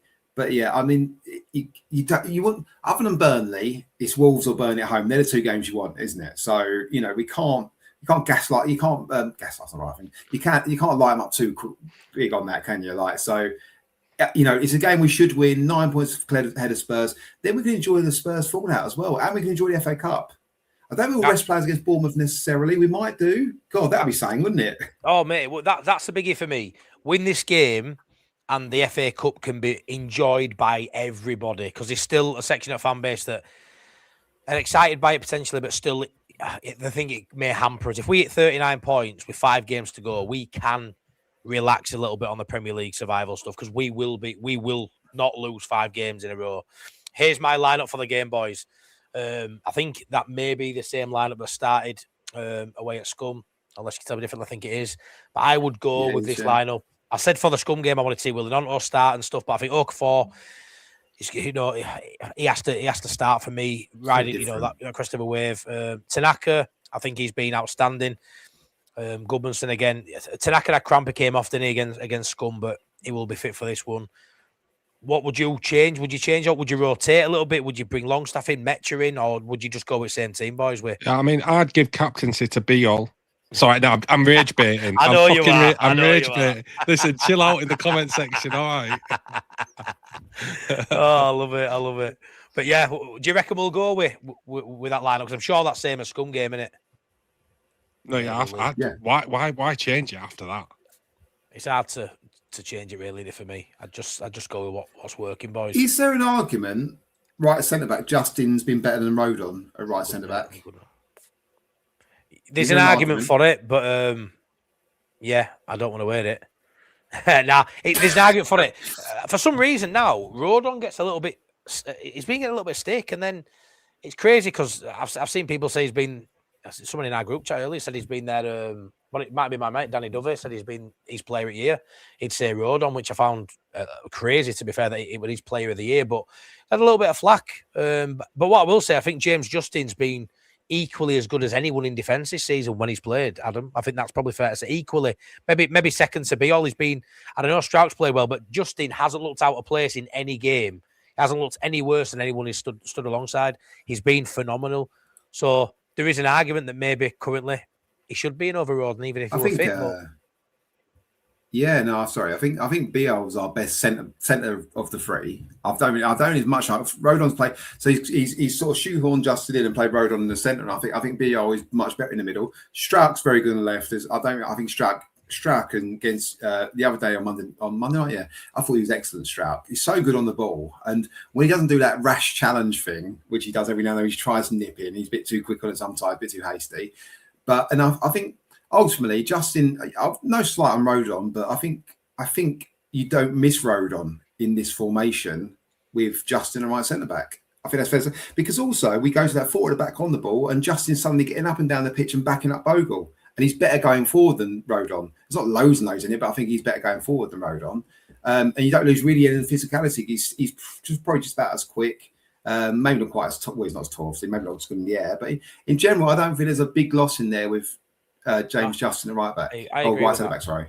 I agree with that. He comes in as, like I say, as a player there. Was a little bit of a Swiss Army knife, and he could play multiple positions. But you don't lose much. You don't lose much, and that's. Yeah. No, mad to say when you think of how important Rodon's been, how ever present he's been. Absolutely. It wouldn't surprise me if Farke stays and they stick with this formation. If Rodon's one of the ones they want to upgrade in the summer, That No, wouldn't surprise me. Stroud. I love Stroud, mate. I think Stroud's been phenomenal, mate. Oh, But again, though, looking at that lineup, there, bar Aronson, there's an argument that every single player there's had a good season. But Bosnas, you still have to upgrade. You've still got to upgrade on Darlow. You still got to upgrade on your defence. And Beal has been the best defender, I would say. So yeah, I wanted to upgrade on Stroud in the summer, but I think Stroud's been an unsung hero. But you see, I think he's scruffy in parts, mate. I think sometimes his touch lets him down. The ball gets away from him. Oftentimes, it's close to being tackled because the ball gets away from him on his first touch. I think sometimes he's caught out positionally as well. He is that. Yeah, he's good for a tackle. He's good for for being aware on the line from set pieces. He can bring the ball out nicely from defence. But for my money, if I was upgrading one of the centre backs, it would be him. Be him. That's fair enough. Well, you've got to upgrade somewhere, haven't you? So, but yeah, no, you've got to try and you've got. I think the upgrades. And Boss and I spoke about this previously. I think we maybe spoke about it last week. Players you buy have got to be first team starters now, and the best player in their position. You buy a centre midfielder, you should buy your best centre midfielder. If you buy an attacking midfielder, you buy your best attacking midfielder. Like I think that's where we are now in the squad building process. But I think I like Strauch. I think, and I said earlier in the season, I think once we go to a back three, everyone will start looking at, and Strauch will add £10 million to his value. And there's been a lot of talk about transfers of Strauch. I think a lot of clubs will look at him because I think that left-footed, how good he is on the ball. I agree with Boston. Says he nips in sometimes slightly out of position. He goes in a bit too rashly sometimes. But in general terms, I think he's been very good. But of course, I think any team's just been promoted. Any player in that team can be upgraded. Obviously, not going to do them all. Because we should be looking at all positions and anything that we can upgrade, of course, as well. Yeah, there's loads of room. I'm sorry, I know everyone's buzzing. We've had a good season. We haven't really been in amongst it when it comes to the relegation in like the most dangerous of terms. Being a little bit stranded, having to reach to try and get out of the relegation zone. We've always been that little bit above it in the main. There's massive room to improve that squad. I won't hear anything other than that. If you tell me there isn't, it's sentimentality, right? Yeah. That's all it is. Yeah. Now, mate, you can't stand still. You can't expect to keep the same. That sentiment will eventually hamper you going forward. So I agree. I would argue Strauch's been better than Rodon this season. I'd say out of the three, Rodon's been the weaker of the three in my eyes, but I think they've all been great. I think our defence, said it a few times, is our strongest part of our squad. I agree with what Bob Young's saying there, but I agree. It's not one of those things in the second year you're going to finish ninth or anything like that. Although teams have come up and finished ninth. No, but it's mad though, isn't it? How people just like say one thing, right? We're just having a conversation like Clive. I don't understand how people can say Strauch is not good enough. Bosnas isn't saying that. And we need to upgrade, but not upgrade Farker. Boston will tell you need to upgrade both. So that's we don't need to upgrade anything. No, but that's what I mean. The club can say in some. Well, that's the idea, isn't it? You don't have to change your wallpaper in your living room, Adam, but you just do, don't you? At some point, But that's the point, isn't it? If the club looks and goes, as long as we're better than the three bottom teams, because that's the mentality, isn't it? As long as we're better than the three bottom teams, we're okay. No matter who we have. But you don't. That's not the way it works. You try to upgrade everything. Adam, name me another team in the Premier League similar stature and size to Leeds United.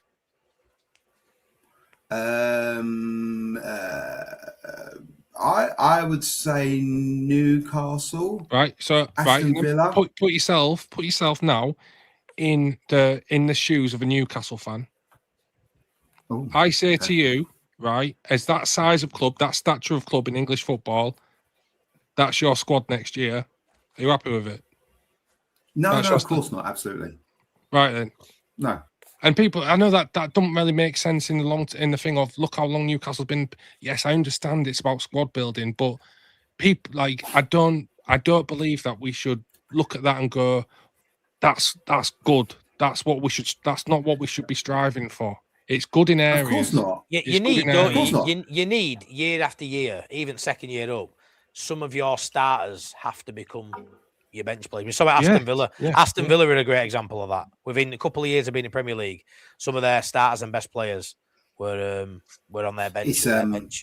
look good, you know. And don't forget player trading as well. We might get a couple of offers we don't want to refuse. Not we can't refuse, we don't want to refuse. Someone come in for 28 million for Stroud. Offers.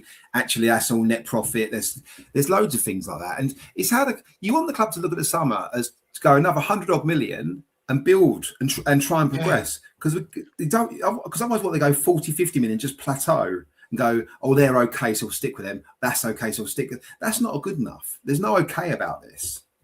I don't think there'll be. I don't think there'll be any of those players moved on. Me, to be fair, I don't. I think the players that move on will be fairly obvious ones. Me, I don't think you'll see a Stroud move on. I don't think you'll see a Roden moved on. I really don't. I think because you don't think we'll get the offers. No, I think we'll get offers for. I think we'll get offers for nearly everybody in our squad. Nearly all our starters will get offers. They'll come in for. They'll come in for start. They'll come in for Goodmanson, Ampadu. We'll get offers for all of them. Everyone's got, but everyone in that club has a value. Everyone has a price in that club, in that squad. Everyone, right? Or do you not think so? Yeah, I just don't think we'll massively need to sell, and I think we've got a really good foundation. I think if somebody offers, and this again, people go, "You're so wild." This is the way I look at. This is the way I look at football. If somebody offers me 50 million for DCL tomorrow, then I'm selling him. Oh mate, if someone offers me 50 mil for DCL, yeah, of course we are. Just had an England cap, done decent this year. Proved that he's still got it, still young, English striker, 50 million, paid out for him. Thank you very much. Invest in that again. And people go, that is mental. And it might sound mental, but it is what it is. Just say what I think. There's so much stuff like that. There's so much stuff to that, and it's all circumstantial. It's all context. If there's a couple of free agents or centre backs out there, and someone comes in and offers 25 million for Strike, you think we might have had him slightly higher, but if that's best we get. Actually, player trading wise, it makes sense to sell him for that, because that goes straight on the bottom line, and then we can work out, we can spend that on the centre midfielder and refresh the squad elsewhere. You know, Harry Wilson comes in, someone bids whatever for Aarons and whoever, you know, or Nonto. Harry Wilson comes in free, obviously signing on fees and all that sort of stuff. So it's a balance, and it's not got to be groundbreaking transfer fees. I think they'll probably sell Tanaka for 15 million if he comes in, I would imagine. I think that's where he's sort of higher up in the squad. See, now that's where I think that is wild. For me, Tanaka. I know we only paid a little bit of money for Tanaka. I'm looking at like football and stuff like that. How do you replace Tanaka for 15 million? Stack 30 million is, by the way, that's miles above that. Miles above that. What he's done this season, Stack is worth miles above 30 million. But you don't replace him for 15 million. That's the whole thing. That's the player trading element, isn't it? I'm not saying we should take 15 million, by the way. But you give 15 million, 10 million goes on the bottom line. You buy a player for 30 million. That 10 million pays for him for the next 15 months, 16, 18 months, whatever it is, 12 months, whatever. You know, so it's all about leveling up, isn't it? And balancing the scales all over the place. And player trading does perform part of that. And it doesn't mean getting like astronomical fees for people sometimes. It's just where they fit into the squad and the hierarchy, etc. And you go, actually, I will release them for that. Do you know what's encouraging to me? I tell you this actually really comforts me and encourages me about the direction of this football club. Is that when we was doing all that madness at the end of the transfer window to get Harry Wilson in, I was a bit like, I was thinking, oh God, you know, it all feels a bit rushed. It feels a bit desperate. It feels a bit, you know, just a bit forced. Trying to get Harry Wilson in just to like placate the fans, bring down the kind of anger within the fan base. But then you watch what kind of season he had, and you go, oh, hang on a minute, are these guys actually tapped in? Are they actually looking at? Did they predict that were going to happen? Yeah. But then they go, oh, Buonanotte, that's who we want actually, or that's who we can get. And look how the season he's had. So it's all a bit, you know, because Falk might not use Harry Wilson like this. He might have decided he didn't track back enough.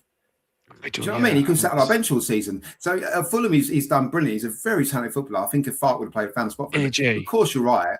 AJ, I'm sorry. Even if Tanaka has played 10, 15 minutes in 6 games for Chelsea this year, coming through their system, they're asking 40 million. I cannot accept 15 million for that player. Chelsea in the summer would put a higher value to sell Buonanotte than what we'll probably get for Tanaka. Yeah. Brighton. Brighton would probably demand more for Buonanotte than what we will demand for Tanaka. I could see Tanaka going for 12 million and Buonanotte signing for 15, and I'd be like, you take it piss. But what I'll say is, though, you know, like when you look that's a mindset. Yeah, no, we've come up, and I just don't feel like we've looked anything like a normal relegation threatened side, a side that's come up. You know, like when you see sides go away to a big 6 side, a big 4 side, they just sit behind ball and they just try and maneuver the way through game to a 0-0, or just try and damage limitations, just sit in and make it ugly. I'm really proud of the club, Farke, the boys, of how we've gone about this season. It's been a really enjoyable season. Yes, we've had moments where we've been pulling his hair out. We've had moments where we've been frustrated. We've also had some brilliant moments like we've had these last couple of weeks. I'm really proud. I don't feel like we've looked like a side that should even be in bother. And I think a lot of that comes down to not only Farke who gets the credit, but honestly, I think the side we brought up from the Championship, and I think we've had a fucking superb first window in the Premier League for me. Superb first window. Fantastic first window. And that window, we're getting pelters. You know, Adam Blunderwood, we're getting pelters early doors because we're still before Stack and Goodmanson, and we knew their real quality. There were a few not getting minutes, there were a few not being played. We just weren't sure. But over the course of the season, which is what you base any transfer or any decision on in the summer, over the season, it's not a small window. You want to look at the full season. What a fucking fantastic window that's been. And there's been players like, Bornau hasn't had much. You've seen Longstaff not get as many minutes as he probably should have or would have thought he would have done. You've seen Justin take a while to get into the fold. You've seen Biol take a while. But you can see why they brought him in. And wow, what a season it's been. For the first season back, and this is what I mean by the foundation. And Boston is absolutely right to look at certain key personnel, and say there might be 2 or 3 in that starting lineup that some people may not like hearing this, but we need to upgrade on. And the board will know this, and Farke will know this, and you've got to keep moving forward. But as a baseline for a side, first year in the Premier League, that's fucking fantastic. Look at the year we had. Look at the year we had with Bielsa, and that side did better than this side in terms of league position, but nowhere near in terms of caliber of squad. This squad is a fantastic first squad. First year. And I want really to. Is. Yeah, and I want to, reflect what you just said there. Like, I think we've had a great season. Fantastic. So, yeah. In what has been a very competitive Premier League, especially in the area of the table that we're playing in, I don't think next season will be nearly as hard as what this one's been. Yeah. But yeah, and look, it's not when I'm talking about upgrading players and this, that, and the other. It's not because I'm having a dig at players or I don't like them or I've got some kind of agenda against. It's not that. It's that this league is probably the most ruthless in the world in terms of stand still, go down. Well, for the position that we're in, once you're actually established and you've been in the Premier League a lot of years, you have like strength and depth and you can actually make a few mistakes. But mistakes are not good when you're in this kind of infancy of your next Premier League kind of legacy, if you will, like, going forward, what you're wanting to establish yourself as. So I am just keen not to take the foot off the gas. I agree. Don't let it get stagnant and don't be attached and don't be sentimental because, look, anybody that leaves after this season will probably leave with all the best wishes of everyone, good memories, happy times, best wishes. But that should not stand in the way of improving your team going into next year. And you're right. And there's an argument, boys. There's an argument that they won't do it, but there's an argument with the sides coming up. And I know, AJ, and you know a lot more about the financial side of it than me, that any of those sides, especially Coventry, could do a Sunderland, come spend 200 million because of the finances and stuff. But there's also an argument to say Leeds could keep the exact same squad, not sell anybody, not bring anybody in, and it would still be okay. You would say, boss, that squad could still stay up next season, but you can't. I think it's dangerous to do. Yeah, I think it's dangerous. Of course it is. And we've seen in January windows in past, we've got enough, we won't gamble. I understand you have to keep improving, but there is the worry as a Leeds fans that you look at it and go, that's a really good squad. The sides coming up aren't great. Maybe we don't need to do much. And you're saying, actually, there's quite a bit needs doing in there. And that's fine. That's your opinion. That's absolutely fine. AG? I think quite a bit needs doing. Again, like, you're absolutely right. The board goes, actually, 3 teams coming up could be shit, so we haven't got to do much. Let's go spend 20. But it's not about that either. Like, because player trading comes into it. Like, if you can find the Ranton Stack for 17 million and selling 50 million a year later, fucking brilliant. Clubs love that. Fucking investors love that. And there are lots of players out there like that. So how good you are at finding players, you've got to try and improve on certain spots. You've got to try and keep moving forward. Because it's sport as well. What are you even trying to do? Like, just trying to maintain your position in the Premier League for years on end. Like, we're better than that. We're big on that. I know it's throwaway comments. Just we are. And I don't think people would accept that either. Everyone's got a value to say, like, someone said 30 million for Stack, 50 million for Stack. Like, we're a Premier League club. Like, you shouldn't, if someone comes in, that you should, like, because someone will pay 50 million for Stack. The season he's at, Can I just say, we've actually got some YouTube royalty in the chat. I don't know if Matt's noticed. Football Heritage TV, Sava. What a guy he is, by the way. If we ever get to do some, I know you're on about stopping doing it, Sava, but if you ever want to come on here and do a Spurs preview, mate, absolute royalty. Is it? Absolute royalty. What a guy. I missed that one then. Nice one. Fair play. Hopefully you go down though, pal. So I thought 30 will be next season's target for fight. Yeah. Anyway, boys, let's get your score predictions before we move on because we're getting towards the end of the show. Score prediction, AG. 3-1 Leeds. Boss Nass. I'll go. I think I'll go 3-2 Leeds. 3-2. Wow. It's just slightly negative, but just enough to give us win. Fair enough, my mate. I'm going to go 3-0 Leeds. Right, 3-0 Leeds for me. Let's go into Stad chat.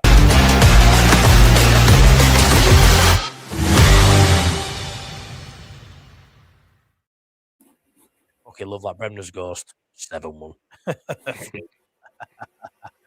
Oh, class. Absolute class. Right then. Let's get into these Stad chats. I'll say again, Phil, thank you for the gifted membership. Abdul Rahman Al early as well. Thank you for the super chat, really appreciate it. Don't need to go on about a McDonald's one again.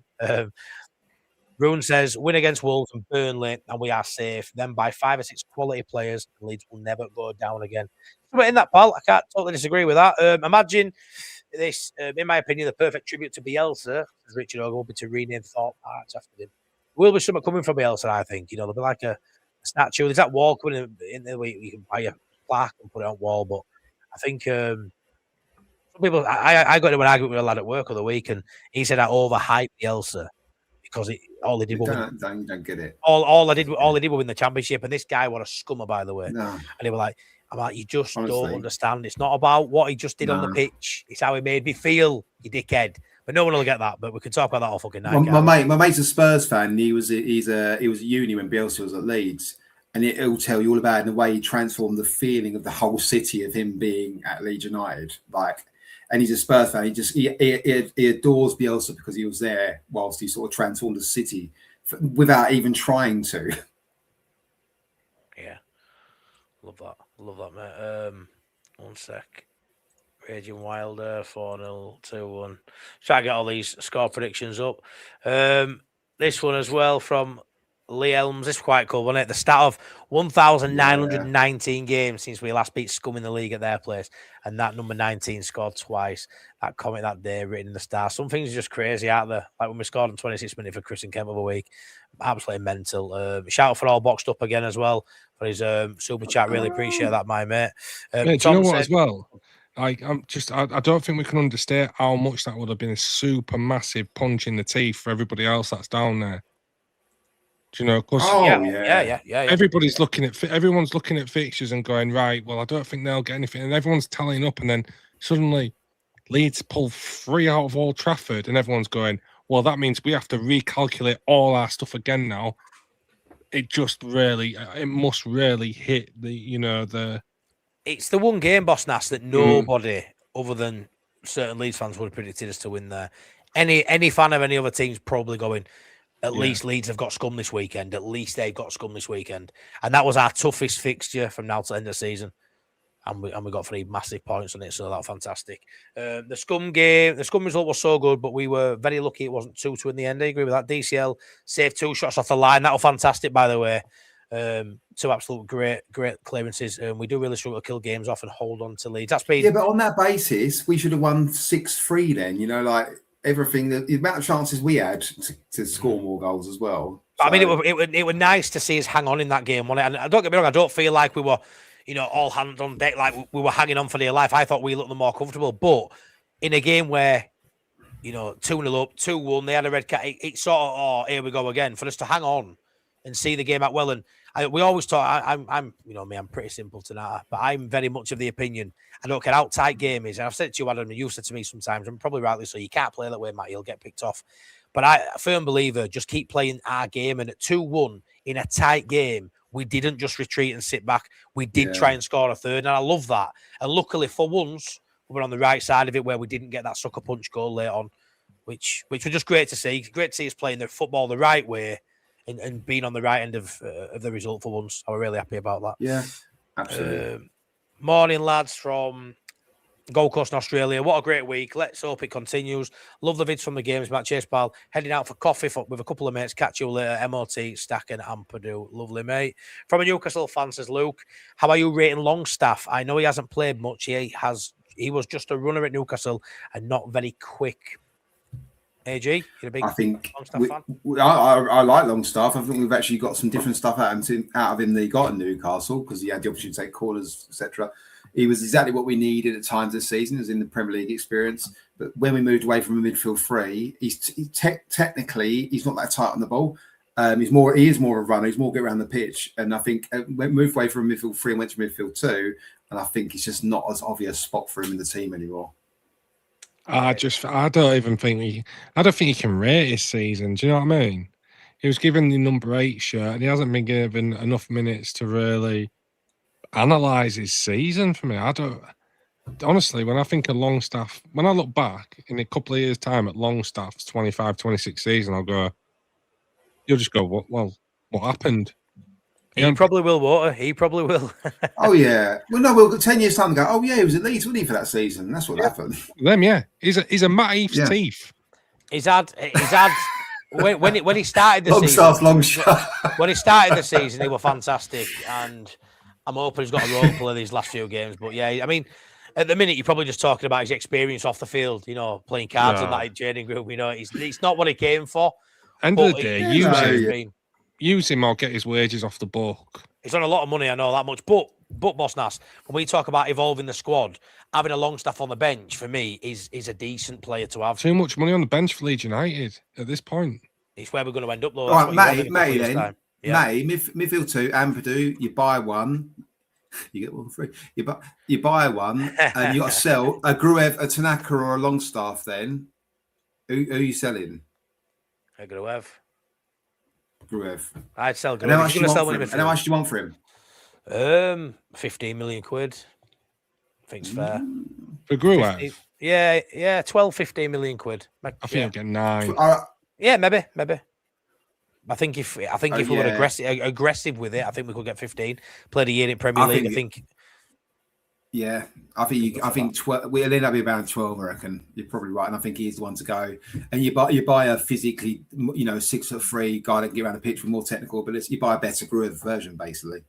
Yeah, I do like Gruev though. I do like him. I don't love him. He's definitely the last one I would pick out of our midfielders. I think we've got a decent plethora of talent in there. But can we answer Sava's question for him? Can we? Because I'm a bit of a fanboy of Sava. Are we happy Spurs are going down?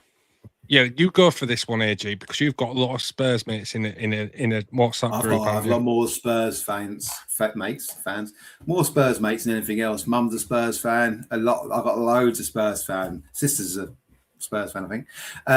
Loads of Spurs fans surrounded by them. Am I happy? It's quite funny. Like it is. They are. I mean, the only joy they got at the moment is watching Arsenal, really. But it's. So yes, I am happy they're going down because it's just so funny. I've got too many mates for it not to be funny, and all the strops and everything else. But they've just given in now. You're coming at it from a banter point of view, aren't you? Yeah. Like for me, it reminds me. It's like I'd say it's even bigger than this. Actually, it feels the drop off from where Spurs. Actually, maybe not, but it's on a similar level to where Leeds were. After, when we Champions League a season after, and then boom, suddenly down. It's that kind of level of drop. I know they finished 17th last year, but the size of that club, I think the size. People are saying, what people are literally having the conversation. What's bigger, or what was bigger? Leicester winning the Premier League or Spurs getting relegated? That's how big it is. He's on a par with that for me.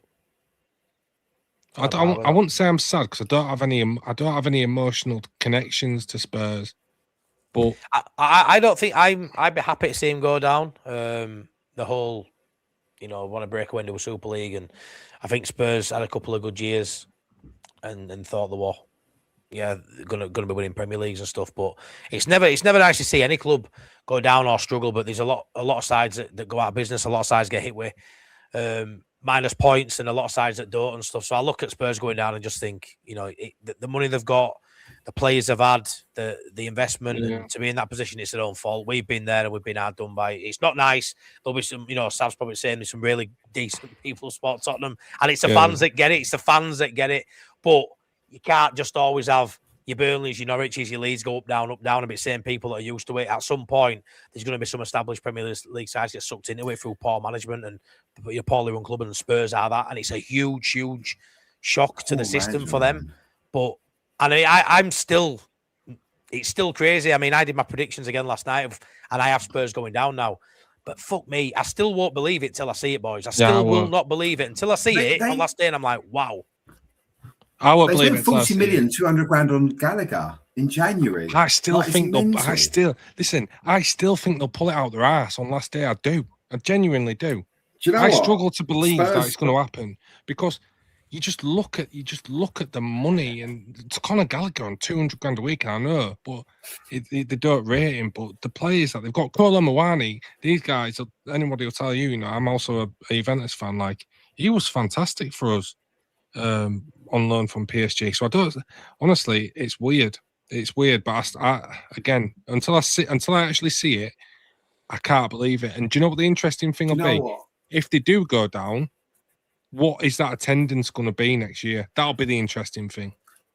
I think they'll still pack the stadium out. I think what they have, their fans are, they are loyal. I think they'll still pack that stadium out for one season after. But I think they'll win the league. They've got no confidence in that at all. They think they'll just fuck up the championship as well. You ask me, but they're it's funny, Spurs fans. Most of them are just pessimists. I mean, they've seen it all. This Dr. Tottenham stuff and all that sort of. You watch them against Sunderland. They put 4-3-3. The midfield three was Bergvall, Archie Gray and Gallagher. Now, Gray's your single pivot in there doing all the donkey work against Diarra, Zadiki and Xhaka. It was never going to work. And then they played the front three, Muani, Solanke and Richarlison. They didn't have any width in it. They never had a player in the team to beat a man. They never play pick a ball in the whole team. They've had a hell of a lot of injuries. But you look at that team, it's not very good. And he's not utilized. In that first game, he didn't utilise it very well at all. They've got no fighters. So, they've got nobody that's up for a scrap. Romero's great. Romero's delighted. He's out for the season. He's well happy. You got Van de Ven's off to Liverpool or whatever. He's happy. They haven't got any fighters. I mean, Archie Gray's running there, and Bergvall. They're both like, 18, 19 or whatever, like 20, 19, whatever it is. They're absolutely right. They're down there. And none of them are used to it. None of them used to try. None of them used to playing for anything, really. Quite a few of them aren't. Some that are obviously, and it's all new to them, and they're a great blueprint for exactly how not to run a football club. Yeah, no, 100%. They're absolutely amazing blueprint. An absolute amazing blueprint of how to run an entertainment business, but not a sporting football club. 100%. And they play at 5:30 against Brighton at home. First home game for De Zerbi, huge game for Tottenham. I mean, if we go 9 clear, like I said earlier, if they lose that game at home, I reckon that's when I'll start looking at it going, yeah, that's it. Forest at Burnley at home. I see a position here, Palace, West Ham, and West Ham could go to Palace and get something. But I look at a situation here where Leeds and Forest probably win. You see, and we start to pull away, then you're left with West Ham and Spurs. I've got a different opinion on Romero. I think Romero could have the Paqueta effect, which West Ham did, where they got rid, they cut out a cancer. Yeah, and honestly, it did wonders for him. I honestly think Paqueta was really dragging that West Ham side down. Problem is, there were just one Paqueta. I think there's more than one Romero at Spurs, man. Yeah, that's fair, maybe. Right then. Yeah, but the only thing Romero, who was captain, he is captain, so getting him out of the way of leading the side's a good thing as well, because that is mental. It is. I think we'll leave it at that, boys. 8 and 2 hours, as always. 2 hours on a Friday night for your entertainment. I hope you all enjoyed it. I don't know what this is, Brian Love. I haven't seen you before, but I don't get what you're getting at, mate. He's on about they might not go down. He's on about they might not go down because the Man City's 115. Right, okay. Fair enough. Anyways, smash us a like on the stream on your way out. Please subscribe if you are new here. Thanks to everyone that's tuned in. Really appreciate it. We all think across the board we will win tomorrow and get to 39 points, which may well just be enough beat Wolves, have a good game against Bournemouth, and we can look forward to next Friday night stream chatting about the FA Cup semi-final. So, yeah, fantastic week for Leeds United. Fantastic few weeks for Leeds United. Take care. Have a great weekend, and we will see you on the next one. Good night, everyone. Bye-bye.